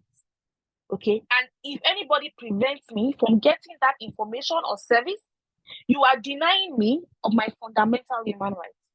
And what do these rights do? These rights allow people to make informed, so I have to put it in bold, informed and meaningful decisions about their own sexual well-being, such as their sexual orientation, relationships, sexual activity, family planning, or their bodies. So there's this popular thing we use in SID. If you look at all our t-shirts for our trainings and our programs for our participants, we always write at the back of the shirt, "My body, my rights." It's my body. So I have a right to decide what happens to this body. But I can only make, good decisions with regards to my body when I have what? When I have all the information that I need to have. And that is why comprehensive sexuality education, which is like one of our core focus areas, right, is so important. Now, SRHR, this is like WHO's definition, can be referred to as the physical, mental, and emotional well-being of an individual. So it doesn't just only focus on your physical well-being, meaning the absence of illness. Oh, you're not sick, so you're fine. No, you might not be sick in terms of, ill health physically, but mentally you might not be fine. Emotionally, you might not also be fine. It also includes freedom from unwanted pregnancy, unsafe abortion, maternal death, meaning when a woman dies from giving birth, and disability. sexually transmitted infections, STIs, including HIV and AIDS, and all forms of sexual violence and coercion. That is what sexual reproductive health and rights means. Now, who is sexual reproductive health and rights for? Who asked this question? Like, who are we supposed to be giving this information, right? And I said it's for everybody. It's for everybody, particularly adolescents and young people. And when it comes to age, it can be young, it can be old. When it comes to gender, it can be male, it can be female. And in fact, because now, bearing in mind that we don't have other gender identities, right? It could be a non-binary person, right? Who is neither, who neither identifies as male or female. And of course, as I mentioned this earlier when I said residents, right? So whether you are living in an urban area or you're living in a rural area or you're living in a mixed store, this information needs to get to you. These services need to get to you. Education, whether you are in school or out of school or you don't even have any education at all, or you have limited education, it does not matter. You need this information. Marital status, whether you are single, married, whether you are cohabiting with somebody that maybe you are living with somebody who you're not married to, but is your boyfriend or your fiancé or your partner, you need this information and services. Health status, whether you have HIV or you don't have HIV or you're a person with a disability, you need this information. And I already mentioned sexual orientation, whether you're heterosexual, whether it is the opposite sex that you're actually attracted to, whether it is the same sex you're actually attracted to, whether you're attracted to both sexes, it does not matter. You should have access to SRHR information and services. Now, know your SRHR today. Remember I mentioned that SRHR is what? It's a fundamental human right. A fundamental human right. And so it's embedded in these human rights. Right to equality, right to health, right to know and learn. These are our fundamental human rights. So. And so SRHR is what? SRHR is embedded into all these things. SRHR, if you don't give somebody SRHR information and services, then you are violating all these rights that I have down here on the slide. Right to have your rights upheld, right to privacy, right to life and be free from harm. When you sexually abuse somebody, what are you doing? You are putting that person at harm's way. That is you violating that person's rights to what? To life and be free from harm. Right to personal autonomy. When you begin to dictate to a person what they should do with their body, no, you cannot use family planning. No, you can't use family planning. That is what? You are violating that person's right to personal autonomy. Right to choose whether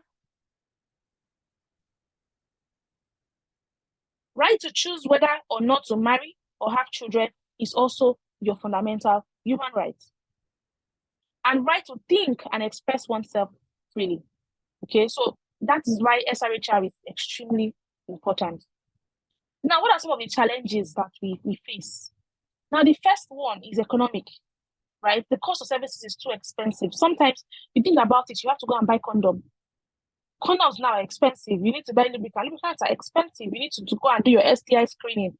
It's expensive. Maybe you need to go and do your cervical cancer pap smear testing.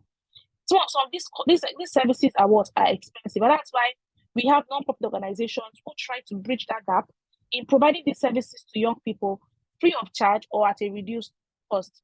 Also, we don't have enough youth-friendly facilities, youth-friendly health centers, to provide this information to young people.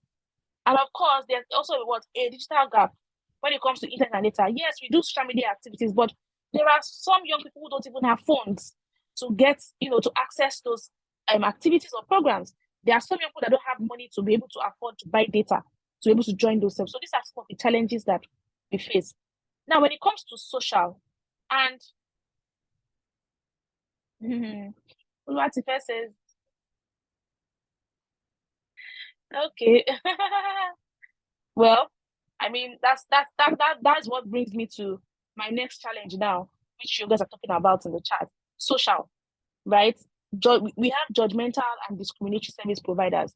You go to a health facility to go and access condoms. In fact, don't even to access condoms.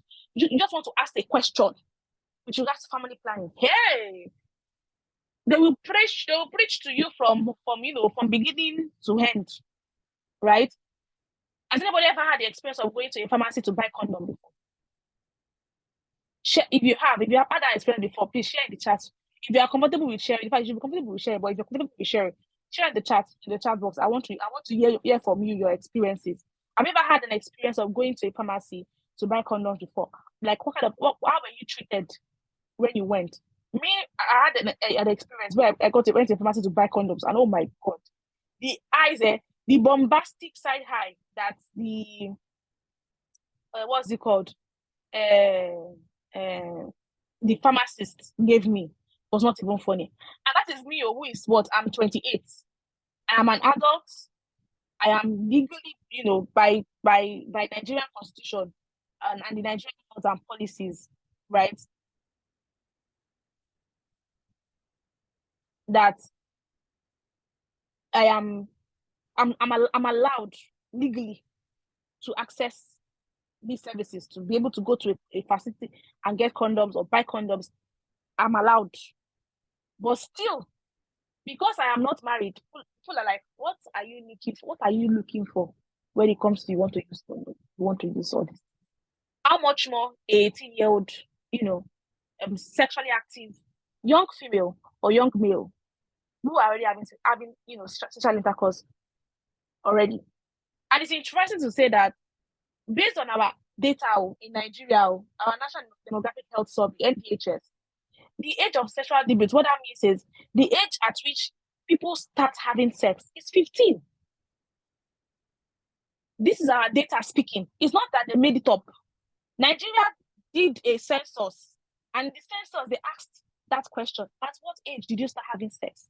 The age that was recorded, by most people was 15. So our data says that at the age of 15, young people, adolescents, are already having sex. But our laws and our policies are saying that you cannot access those services until you're 18. And even when you're even 18, people are still judging you, and there's still a level of stigma, discrimination that service providers will give to you when you go and access those information and those services. And mind you, abstinence is also a form of what? It's also a form of family planning. It's a way to prevent unplanned pregnancy. But how will you provide that information to young people when you are saying you should not talk to them about anything that has to do with sexual reproductive health at all? And of course, another big issue is myths and misconceptions. And I mentioned some of them. You mentioned SID. Hey, you want to teach young people how to have sex. You are spoiling young people. You are this, you are that, you are that, you are this. Right? But that's just a myth. That's a misconception. Because research and study has shown that when young people have access to SRHR information, they are better equipped to delay sex until when they are much older. And even if at all they want to engage in sex, they are able to engage in safe sex. And by so doing, are able to reduce or prevent themselves from having unplanned pregnancy or sexually transmitted infection, including HIV/AIDS. And of course, there's social stigma. When you go to a pharmacy, like as I mentioned, just even going to a pharmacy alone to go and buy condom, you don't want to go because you already have this fear, right? That people are going to stigmatize you or speak against you. I have friends that are in their 20s, late 20s, men particularly, who still find it difficult to go to a pharmacy to buy condom. But I know for a fact that they're actually having sex and they are being sexually active. So in my head, I'm like, you are having sex with girls, and what are you doing? You are doing pull-outs. So you want to do what? You want to pull out before you release. Forgetting that pre-com, which is what comes out before, the main ejaculation, can still get a woman pregnant. And now we have heard cases of virgins who are pregnant. I've never had sex before, but you are pregnant. How come? Because, my dear, you do not need to even have penetrative sex for you to get pregnant. Just once the pre-com mistakenly slides inside like this, that's the end. 9 months later, baby will come out. And of course, this one we all know it's parents' disapproval. Hi, parents are like, oh my God, I can talk about parents' disapproval over and over and over and over and over again. Parents' disapproval is a big issue. The reason why SRHR, to a large extent in Nigeria, has not moved forward is because of parents. because of parents' disapproval. And it's quite interesting because, you know, when we go to health facility, when we go to schools to talk to young people about SRHR, the school authorities will be telling us this is not their job, you know, like the responsibility of the parents to educate their children on things like this. But then when the parents are not doing what they're supposed to do, are we supposed to be looking at young people and be watching them make wrong decisions that would, you know, destroy their lives? Of course not. And that's why NGOs like us have started to step up to say, you know what, we are going to try to bridge that gap to make sure that if young people cannot get accurate information from their household or from their schools or from their religious institutions, at least NGOs will be there to do what? To make sure they get that what? Accurate information. Okay, I can see some responses in the chat. So bonuses, I used to tell the pharmacist to answer orders that I can wait. Yeah, because you don't want people to know that you're actually buying a condom. And I said, this is a friend's experience. She wanted to buy a chaplet, but I didn't thought she said a chaplet, but I thought she said abortion pills. She preached the other day, and my friend wanted to enter the ground. So she told her again, it was a lip balm chaplet that she wanted. Oh, oh my God. I can just imagine. Oh Lord. Yeah, that must have been a lot.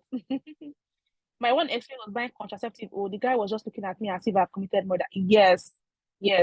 Rule say it's very, very unserious rule. Best in pulling out that's not valid. Yes, so it's not valid. It is so not valid, please. That is you putting your life at serious risk. Serious risk. And you know, it even boils down to not just even contraceptives, but when you go and buy, you know, an emergency contraceptive pill. Meanwhile, just to say this, we're going to have like, you know, a session on SID where we'll talk about like, you know, family planning, a session on family planning where we'll talk about the different family planning methods so that we have better understanding and knowledge about it.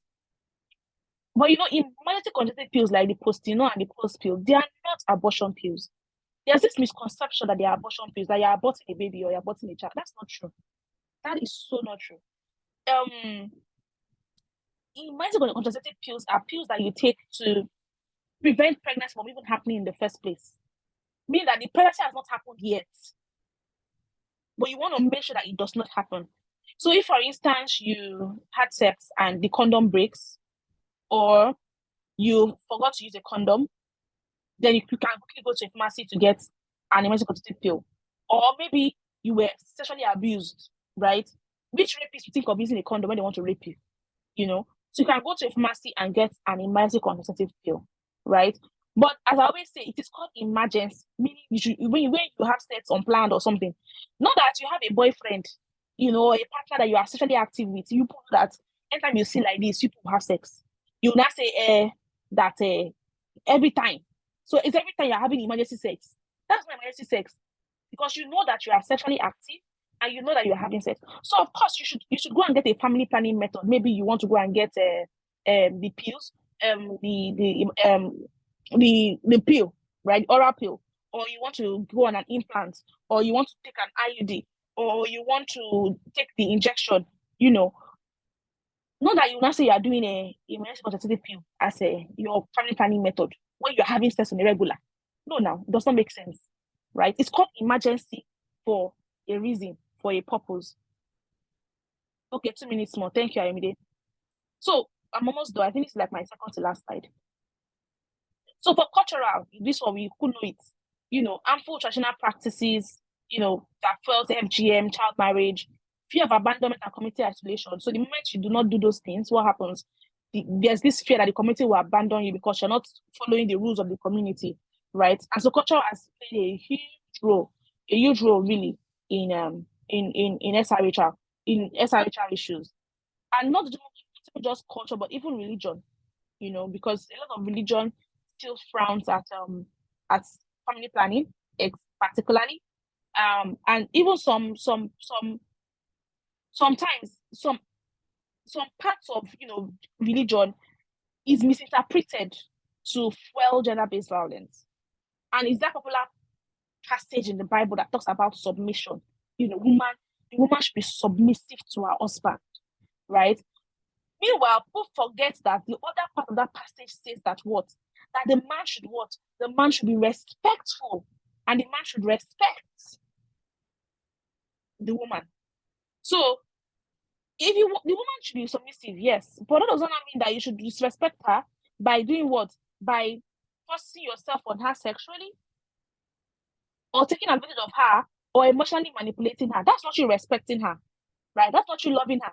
The church says, love the woman, right? Man, love your woman.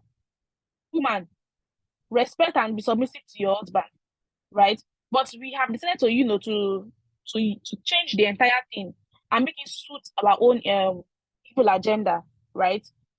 And you don't see cases where women are going through abuse and they don't want to leave their household, they don't want to leave the family, they don't want to leave their abusive partner for fear of what? For fear of society judgment, as well as this whole religion thing of to death do you part. Not to death do you part, to death do you part, except when abuse is involved. I think they should probably maybe reverse that part, when getting married, that, to death do you part. But when abuse gets into the matter, please, you have to leave before death will carry you out of the death do you part. So recommendation, right? What are some of the things that we need to do to make sure that, we're able to address those challenges that we mentioned earlier? So the first one that I mentioned here is knowledge. So we need to educate young girls on their side, and that's what we do in SID. We educate young girls on their reproductive health and rights. We also need to provide comprehensive sexual education in schools, communities, and even religious institutions. I remember what it was 2 years ago when Remy invited me to come speak at their youth program in our church, and it was really interesting. And I'm sure Remy can even testify that some of the questions that the young people were asking me, I was like, wow, I was shocked. Because you're like, you are in a church, in a religious institution, where you would expect that the question that you probably be asking you should be about abstinence and all of that. But I was getting a lot of like very incriminating questions, and I'm sure Remy just came to my mind. She was like, "Wow." So young people are going through these issues, right?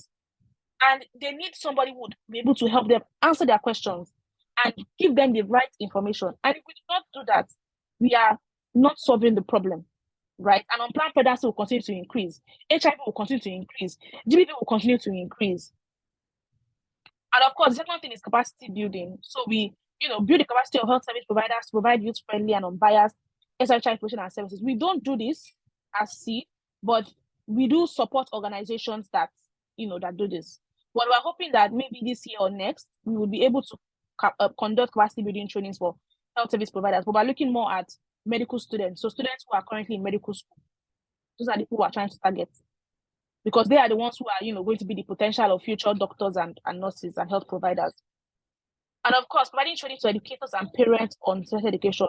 And we're also looking to do this. We're currently communicating with our board member, our chairperson of our board, who is a teacher in a school, and she's also a parent, she's a mother, and we're trying to see how we can work with her to educate parents on SRHR. And of course, we do this policy and advocacy. So, government needs to provide policies that support young people's access to SRHR information and service. For instance, reducing the age of access, providing free SRHR services, integrating youth-friendly health into primary healthcare centers. These things are really, really important. So my final words, the empowerment, and I took this from Ashley Judd, and I met her, by the way, when I went to New York for UNGA, which is the United Nations General Assembly. And I loved this statement that she made. She said, the empowerment of girls and women is an essential tool to prevent the HIV/AIDS emergency from exploding any further.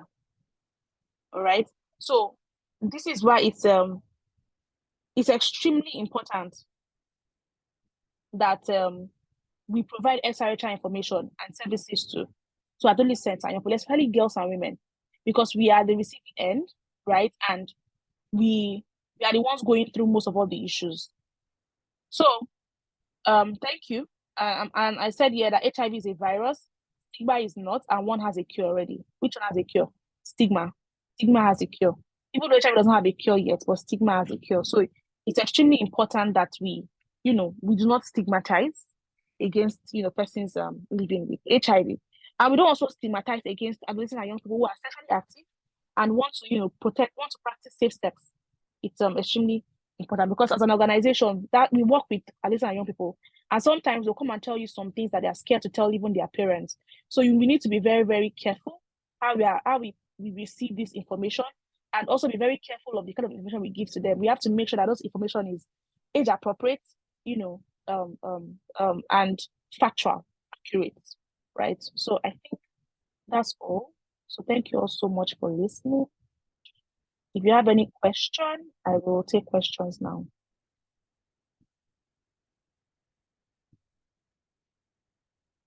Thank you. I can see a lot of hands. Thank you. Yes, thank you. Okay.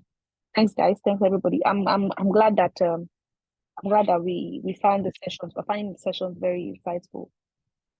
So if you have any questions, oh, thank you. Yeah. So maybe I'll try to see if we can have a what's it called now? If we can have one of the capacity building trainings where we'd have a session, maybe a 1 hour session on how to prepare slides, or how to make really good slides. So, because I know that usually when I present, people always tell me that my slides are always really nice and really good. And also, I think we'll probably see how we can work towards that. I think it's a skill that everybody should have. Yeah. A skill everybody should have. Thank you, Anna. Thank you. Follow says it's sweet where yeah. Thanks, guys. Okay, so I think I'm done. Ayomide, please, over to you.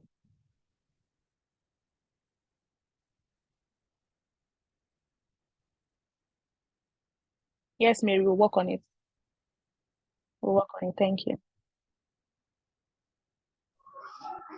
Okay, thank you very, very much for that session, Ma. And since there are no questions, we'll be moving very quickly to our next session, which is going to be handled by our social media intern, Ayomide Ajibola, and she's going to be taking us through using social media as a tool for SRHR advocacy. So I'll hand over the mic to you now. Thank you very much.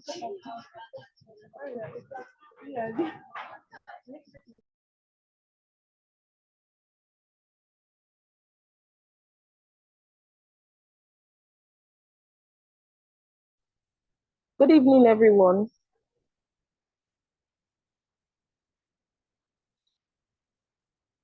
Please, I hope you can hear me. Yeah, we can hear you. Okay. Good evening, everyone. It's really nice to be here. My name is Ayomide Ajibola Victoria, as rightly introduced, and thank you so much, Ms. Elizabeth, for the introduction. It will just make my work easy. So while I wait for my slide, okay, it's up already. All right, so good evening, everyone. And as introduced, my name is Ajibola Ayomide Victoria, social media intern for SID Initiative. So I will try to make this conversation interesting so it is not a one-way thing. And I really want us to follow the conversation. So before I start, I need us to indicate in the chat box if you don't use social media, please. If you don't use any social media, you don't use Instagram, Facebook, Twitter, LinkedIn, please let us know in the chat box so that we know how to break it down for you.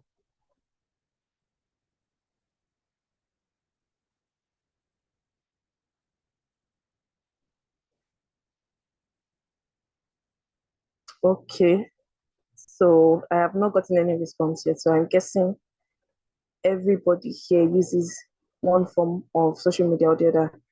I mean, to even apply as a volunteer for SID, our flyers were sent, the form and the link was sent through Instagram and all of our other social media platforms. So I guess everybody must be online. So basically, I'm going to be taking us through social media as a tool for SRHR advocacy. Next slide.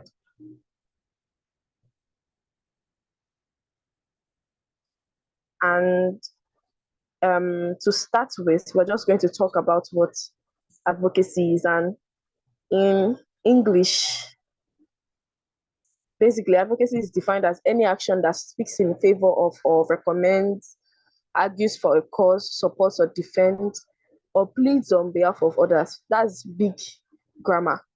Advocacy is just arguing for a cause or defending a group of people And to even make it simpler, advocacy is something that we do every now and then, because sometimes as human beings, we find out that we are interested in, something wrong is happening somewhere, and then you just take a very personal interest in ensuring that this person gets justice, or somebody is reprimanded as they ought to. So basically, that's what advocacy is in a very layman term.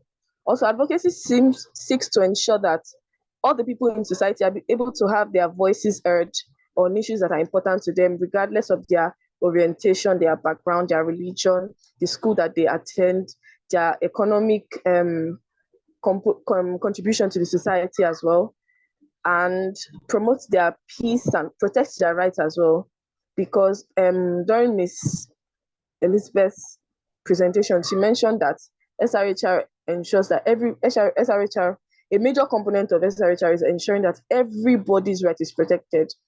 And is that like another a very important thing in advocacy, ensuring that everybody's right is protected, everybody has their views and wishes genuinely concerned when decisions are being made about their lives, because we have a lot of people, a society is made up of a lot of people, and then when we make decisions and we don't consider some people in the society, it's just like saying we're doing things without considering them, we're making decisions, and then if these people are not on the table when these discussions are being made, how do you know where they need help or anything? Please, I hope we are following. Next slide, please.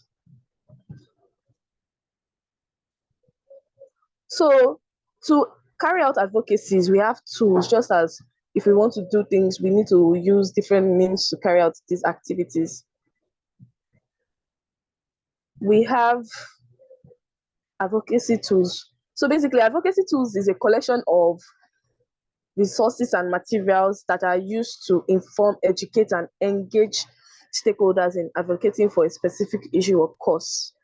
So when we're talking about advocacy, we have the people that are being affected, and then we also have the people that are stakeholders, people that can make these decisions, because even if we continue to carry out advocacies online, offline, and we don't have people that are going to actually implement this, that are going to make these decisions in the when it comes to effecting change, it's just the same thing as going around in circles and we're not doing anything. So basically, advocacy tools include policy briefs and position papers, petitions. Of course, we get different petitions in our emails, in our spam, to sign petitions to ensure that somebody is freed. Social media campaigns, email campaigns, grassroots organizing, media outreaches, lobbying, coalition building, educational materials, events, and demonstrations. So basically, all of these things that I just mentioned are tools that we use to carry out advocacy, campaigns, emails, educational materials, coalition building, lobbying, media outreaches, press, events, and others. Next slide, please. So for the purpose of this session, we're focusing on social media advocacy, as rightly mentioned. And basically, what is social media? Even from the image, you can already see all of these different social media activities that we spend our time on daily. I can say for a fact that I spend my time on all of these social media applications every day, because as a young person, obviously, and because of being a young person and then just trying to stay online and to get information as well, to contribute my own quota. So basically, social media refers to the means of interaction among people in which they create, share, and or exchange information and ideas in virtual communities and networks. And basically, it is just a creative or interactive technology, just like we have our WhatsApp, our message inbox. These social media platforms that are listed here are just more fun to use for people, especially young people, because young people try to engage themselves online and just to do fun things that they can use to sometimes while away time, get information, and maybe interact with their friends. So example of social media platforms that we have include Snapchat, WhatsApp, TikTok, X that used to be Twitter, Instagram, LinkedIn, Facebook, YouTube, and a host of others. And if I'm sure some of us here know that social media even started from way back. We used to have to go, and now we have evolved, and now we're using Facebook, LinkedIn for professional business. We use LinkedIn, we use Twitter to engage our stakeholders, our audience, and whatnot. Next slide, please. And I'm just going to give us an overview of what SRHR is, because Miss Elizabeth has done justice to that. SRHRs are sexual and reproductive health and rights, encompasses the different human rights related to sexuality and reproduction. If you can see, one of the key things mentioned here is human rights, and this is because it is a very important component as a human being. Our human rights, access to these services such as sexual health, sexual rights, reproductive health, reproductive rights. Everyone, including children, adolescents, elderly people, should have access to SRHR. And thankfully, the world is evolving now. We're already extending our scope to people living with HIV, people with disabilities. Now we are informed better to know that everybody, when we say everybody, we mean everybody living in the society. Next slide, please. So basically, strategies for effective social media advocacy for SRHR. Social media can be a tremendous advocacy tool.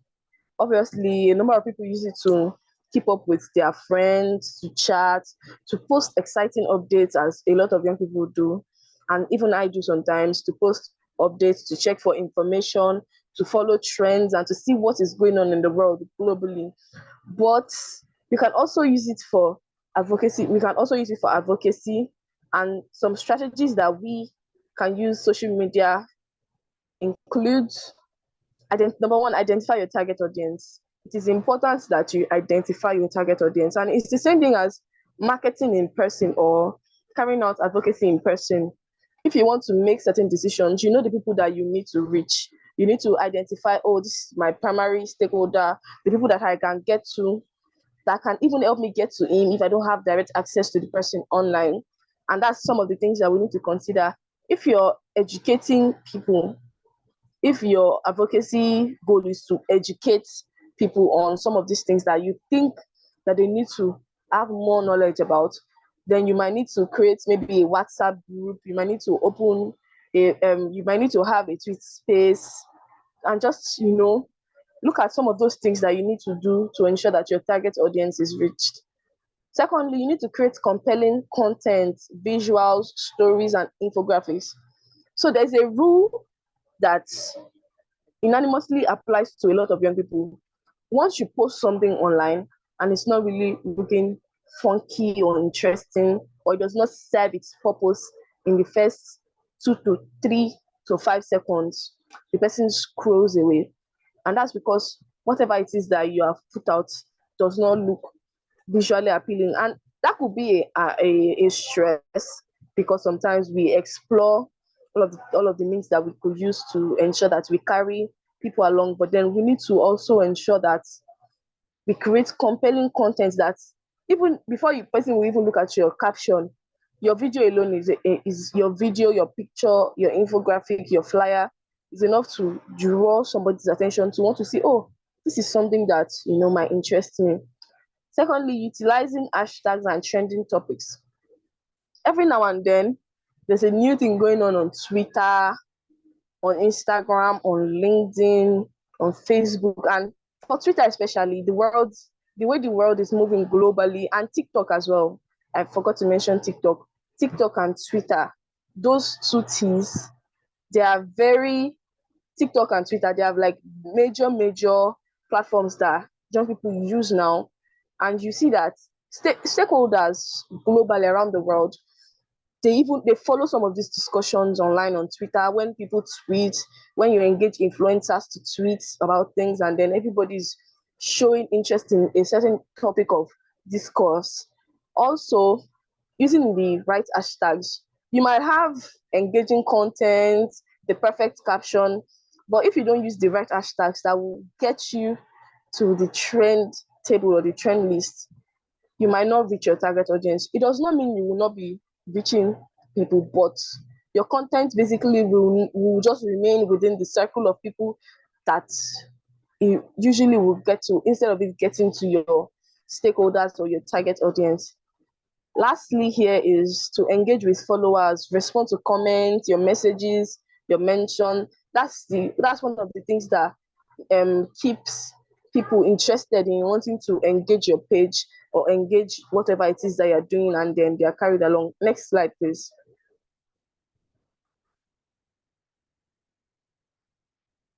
So one of a case study, and as Miss Elizabeth mentioned, I was one of the social media influencers training that was done in 2022.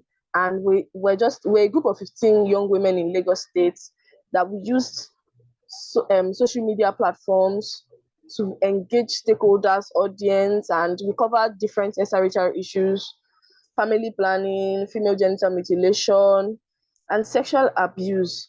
And over this time, it was a great discovery to see that, oh, we can actually use social media to effect change, to educate people, because go-to is, let's put a group of people together, but you might not have that resource.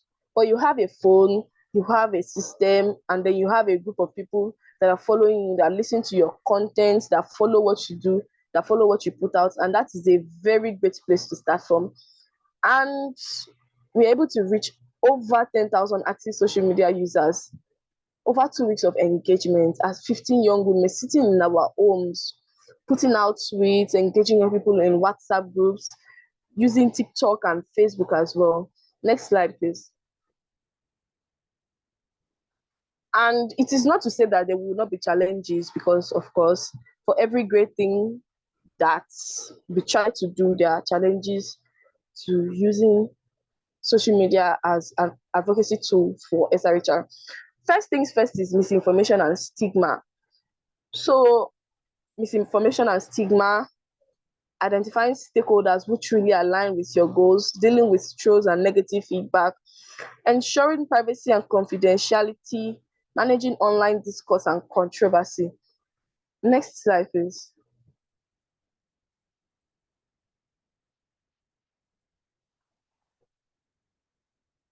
So solutions to these barriers include, and are not limited to, if you check online, you will find different strategies and other resources that you can use. But number one, you have to define your audience and your objectives. You cannot just set out to carry out an advocacy just to engage people randomly, and then you are not even able to pinpoint some of the activities that you have done, the impact, how many people were reached, how many people directly engaged with your post, how many people were indirectly reached as a result of people that engage your post. Secondly, choose your platforms strategically. If you want to reach stakeholders that are active online, you might want to consider Twitter. Do you want to employ influencers to put out posts, or to join your Twitter spaces? Do you want to have Instagram live? If you want to reach young people, you have to use TikTok, because a lot of young people are on TikTok. If you want to reach millennials, you use Facebook, because we find out that a lot of millennials still use Facebook. Some of them use Instagram sometimes, but for young people who that you're trying to educate, or to just change their mentality about some of these things, you might want to use TikTok, Twitter, Instagram. Also, this is a very, very important thing.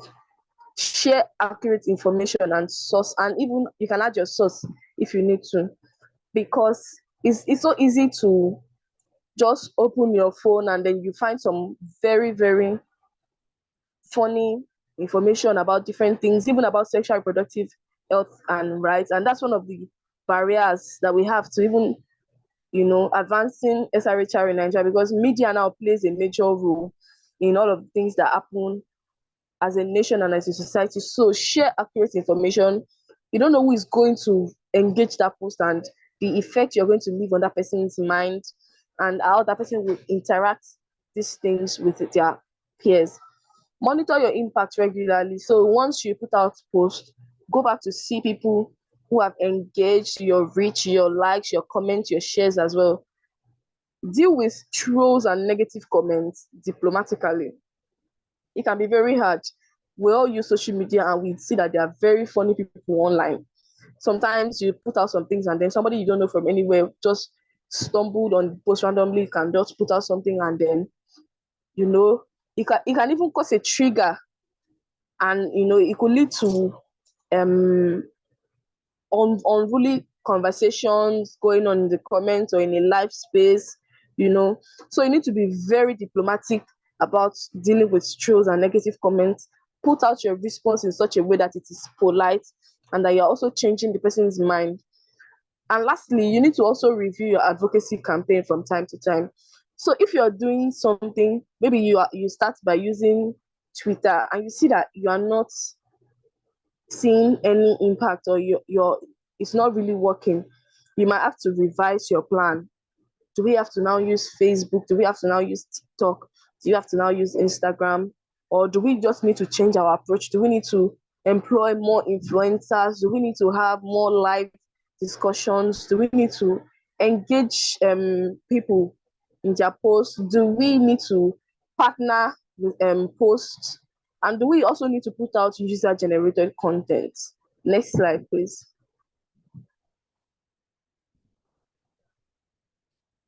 So that's about everything. Thank you so much for listening. If you have questions, please, you can drop it in the comments section.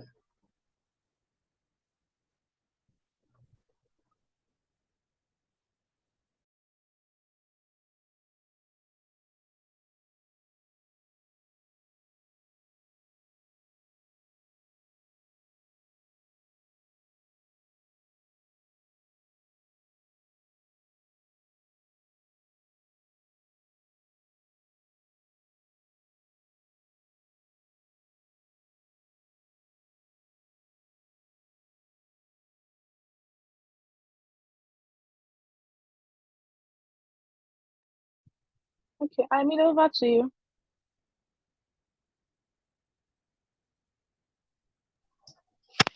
Thank you very much, Ayomide. And also, thank you to everyone that still stayed on the call. We're almost done. So very, very quickly, we'll be moving on to our experience sharing session.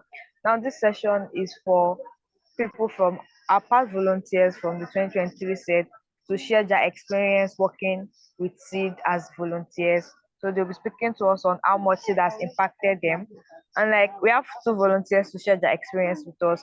Our first volunteer would be Remy. Remy will be sharing our experience with us in just 1 to 2 minutes. Is Remy on the call, please? Okay. Yes, she is. Please kindly unmute her.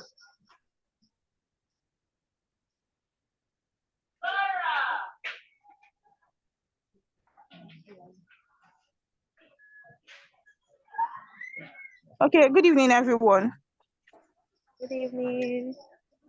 Okay, just as I have been introduced, my name is Oluwaremilekun, but you can call me Ramirez, so you don't have to call the entire name. Can we still hear me? Yes, we can hear you. Go ahead. Okay, so let me just start by giving us a quick backstory. I started volunteering with SID since 2019, and right from the volunteers orientation and onboarding program, just like this one, I just knew I was in the right place. I just fitted right in, and so far I have learned about SRHR advocacy through SID, and in turn I have also facilitated sessions, in order to make other young persons or young people advocates. And I've also been privileged to travel outside Lagos to represent the organization. I mean, my first time in Abuja came as a result of volunteering for SID, and it was a very, very beautiful experience. With SID, I have been a team leader. I have had to reach out to panelists, service providers, and top persons in the NGO space that I know I wouldn't have had the opportunity to interact with sooner. And one particular one I cannot even forget is the capacity building trainings. Those trainings are a part of me. They are very dear to my heart. And SID basically, I don't know how to express it, but being a part of an organization that sees your value and then add to it. I don't know if you know what that feeling is like. They don't just see the value that you have to offer, but instead SID adds to whatever value you are bringing to the table. I've gotten about 3 awards of recognition from SID, and I can say that those awards or all of those things that have been, before I would even say that, I would say lastly that I got an amazing and everlasting friendship here at SID. I know Gloria mentioned it earlier. I don't know if my babes have actually joined the call. She has been at work, and that's why she didn't join earlier. I don't know if she's on the call now. Her name is, I call her Adeyonju. So don't worry, you guys will get to meet her, those of us that are new. And I also hope that you get your own person here at SID. And lastly, I'll just say one beautiful thing about all of this is that I didn't benefit from all the different programs I mentioned earlier, or because I know someone in the organization. No, that didn't happen. I came in just by applying to be a volunteer like most of us here. And I just made sure that I participated as much as I could in all of SID's program from 2019 till I think about last year. So as much as I could, from the volunteer capacity building trainings and other trainings that were made available for volunteers to partake in, I participated fully, and here I am. So that's like basically the sum total of my experience so far at SID.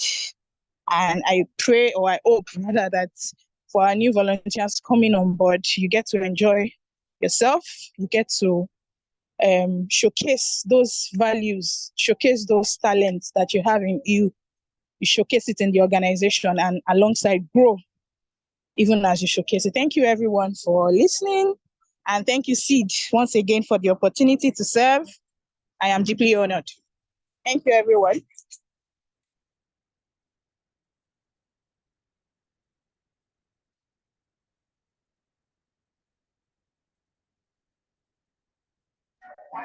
Thank you very much, Remy. We are very, very grateful to have you to indeed. And so moving on to the second volunteer, who is Abdullah. Abdullah has also been volunteering with SID for a long time now, and he also has been supporting a lot of our programs, but he also let him share with you his own experiences by himself. So passing on the mic to Abdullah. Thank you. All right. Thank you very much, Ayomide. I hope I'm audible enough, please. Yeah, sure. We can hear you. Go ahead. All right. Thank you. So good evening, everyone. My name is Afolabi Abdullah, and it's always a pleasure being here to talk about my experiences with SID. So first, I want to say a very big warm welcome to our newest volunteers, and also a special appreciation to the executive director, Miss Elizabeth, for the wonderful opportunity to always identify with SID. So I've been a volunteer with SID since 2019, before COVID, and I had my expectations before applying, and at this time, I would say during the course of the years, my expectations have been met, and even I guess it has even been superseded, kind of, because I got more than what I expected, and it has always been a great pleasure identifying with SID and also contributing my quota. So much of the things that still keeps me inspired is the fact that SID is more like a family, and we all come together at every given opportunity to share ideas and also give the very best to make positive impacts in our community. And also, one of the very first engagement that I had was to volunteer with the social media team. And from there, I met with Miss Fumi, and I still miss her to date. So she shared a whole lot of ideas with me that also spurred my growth through the active usage of social media. So I was able to also undo the social media pages for SID Initiative for a while, particularly during this COVID period, and it was so pleasing to me because as a volunteer, I also got tips on how I can also fend for myself. I'm managing those pages, and it's always a great pleasure. So, building up friendship, opportunities to travel, and also meet with other organizations that are also doing things that are similar with SID Initiative. So, just like Remy shared initially, one of my first visits to Abuja was through SID. So, I guess 2019, 2020, I was able to go to Abuja like twice, all sponsored by SID. So it's still one of those things that I get happy about, and I also appreciate the organizations for. So the newest volunteers, I'm sure that many of what you've benefited are still very much available, and I can tell you that this is a very right choice for you to volunteer, and also please giving your time, because it would be worthwhile, and I'm sure that would build up much more friendship and collaborations through this period and beyond. So thank you very much for the opportunity here.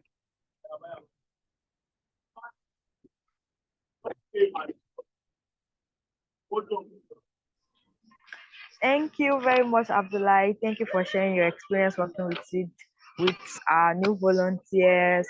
And so with that, we have come to the end of our onboarding session. Drum rolls. Yeah, so thank you everyone for taking out time to attend, to wait till the ending to learn. And I hope that your experiences with SID will also be interesting and meaningful this year. We hope that you join us in our activities. We hope that you learn a lot. You can also like add to your CVs and likes. I'll be moving on. We'll be having our closing remarks from our founder. So back to you, Miss Lizzie. Thank you, Ayomide. So thank you so much to every single person, particularly for those of us who are still on the call. I know that it's been a long 2 hours, close to three, going to 3 hours already. So I just want to say a huge thank you to every single person that joined the call and stayed to the very end for your active participation, your contribution. Thank you to Remy and Abdullah for sharing your experience. I mean, I remember last year they were the ones that also shared their experience as well. So I'm hoping that next year, please, I'm hoping that we'll have new people, new faces, new volunteers who will be sharing their experience with the volunteers of next year. And one thing I just want to say is that one thing about SID Initiative, and I love the fact that Remy mentioned it, is the fact that you receive as much as you give. That's one thing I can assure you about SID Initiative. You receive as much as you give. And honestly, I don't care. Like, I don't want to know whether I know you, I don't know you. You know, like that's not like my concern. There's nothing like tokenism in SID. It's about putting in the work. If you put in the work, you will definitely get those opportunities. If you don't put in the work, you will not get those opportunities. And that's just how I operate. You know, that's how I work. And all the past volunteers can testify to that. I don't know how to do eye service or do, I like it, I don't like it. I like everybody, you know, and I like people that work. So if you work, if you commit your time, your skills, and as Gloria mentioned when she was presenting, I know that some persons might not have time. Bumi, for instance, is always busy with work. But one thing I know for a fact is that anytime there's any virtual activity or virtual event, you can even see that she joined, you know, almost at the end of the event, but she still joined, right? And she already communicated that, you know, she's at work. That's what I'm talking about. You know, it doesn't have to be the fact that you have to be physically present, even if you can't be physically present, but contribute your time, your skills. Bolu has not participated actively in terms of like in-person activities. But since 2019, Bolu does all our flyers, all our infographics, and he does them for free. Only on few occasions I've had to pay him for that service that he provides to us. Abdullah managed a social media platform for close to 6 months, And I was just paying him stipend of, I think, about 20,000 at the time every month. But he did an amazing job. So what I'm simply saying is that, SID is a youth-led organization. It's a growing organization. We are still growing. So we don't have a financial compensation to provide. As much as we can, we do. But one thing we always try to do, we try to invest in you, your capacity. We organize capacity building trainings. We build your skills. We give you opportunity to network with other young people, attend capacity building trainings as well, whether it's within Lagos, outside Lagos, or even outside Nigeria. Like I'm somebody who is like, go for it, So I'm just imploring and, saying that please don't allow the 1 year that you will be volunteering with SID be a waste, right? Let it be a 1 year that you will be proud of at the end of the day to say, I am so glad that I committed my time and my resources to this organization at the end of 1 year. And that thing that we do as an organization is, if you ask us for recommendation letters, we would always provide. But as I said, if you're not active, I cannot recommend you, because what will I put in the letter? What will I write in the letter, right? I remember Abdullah went for a training, a research training, right? Which one of the requirements was he needed to get a recommendation letter from a non-profit. That was the only way he could be shortlisted or considered for that particular opportunity. And I mean, Abdullah has done amazing work. So to write a recommendation letter was not going to be any bit of an issue. I did that. Remy as well has also gotten into another program based off on us recommending her writing a recommendation letter. So what I'm simply saying is, give your best and you will see the dividends of giving your best, right? So that's basically how it works. And just to finalize and finally say a huge thank you to my team. This happening today took a lot of effort. So I want to say thank you to every single person, from Gloria, my programs officer, to Ayomide, our amazing moderator and program associate, to Dark Snow, who did an amazing presentation on the social media part and who has been doing an amazing work in our social media platforms.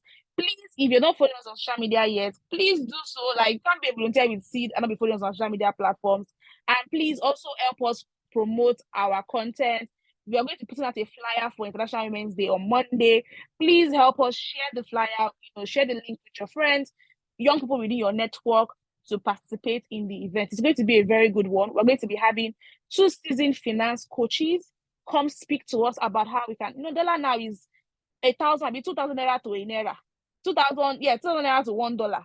The economy is not smiling, so we need to start thinking of ways we can make money on the side, how we can save, how we can invest, because we need to make sure that we are financially independent and financially, stable, right? So it's going to be a very interesting webinar to mark International Women's Day. So please help us promote, and also make sure you make yourself available to also attend, right? It's important.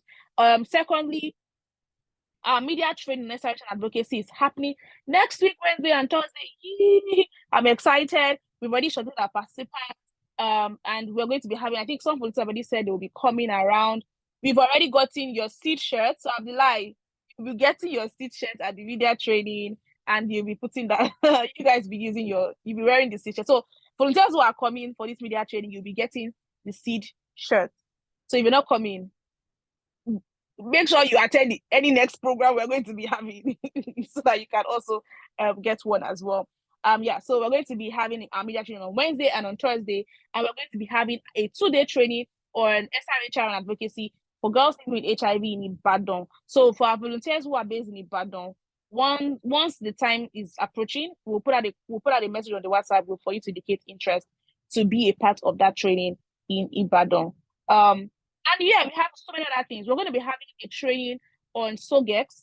I think I've attended the SOGEX training that we need organized in Abuja. So we're going to be having a similar training here in Lagos for our volunteers and our staffs. And it's going to be happening in April, the first Saturday in April. And it is going to be, open to all our volunteers and staff based in Lagos. So we'll put out a Google form where you can indicate interest and availability to be a part of the training, because we'll need that for logistics planning internally. So we're going to be having like seasoned facilitators who come and talk to us about, sexual orientation, gender identity and expression. How do we, deal with this new current reality, right? So we're going to be having that. So I think on that note, I want to say thank you again to every single person for staying to the very end. We're going to take a group picture now.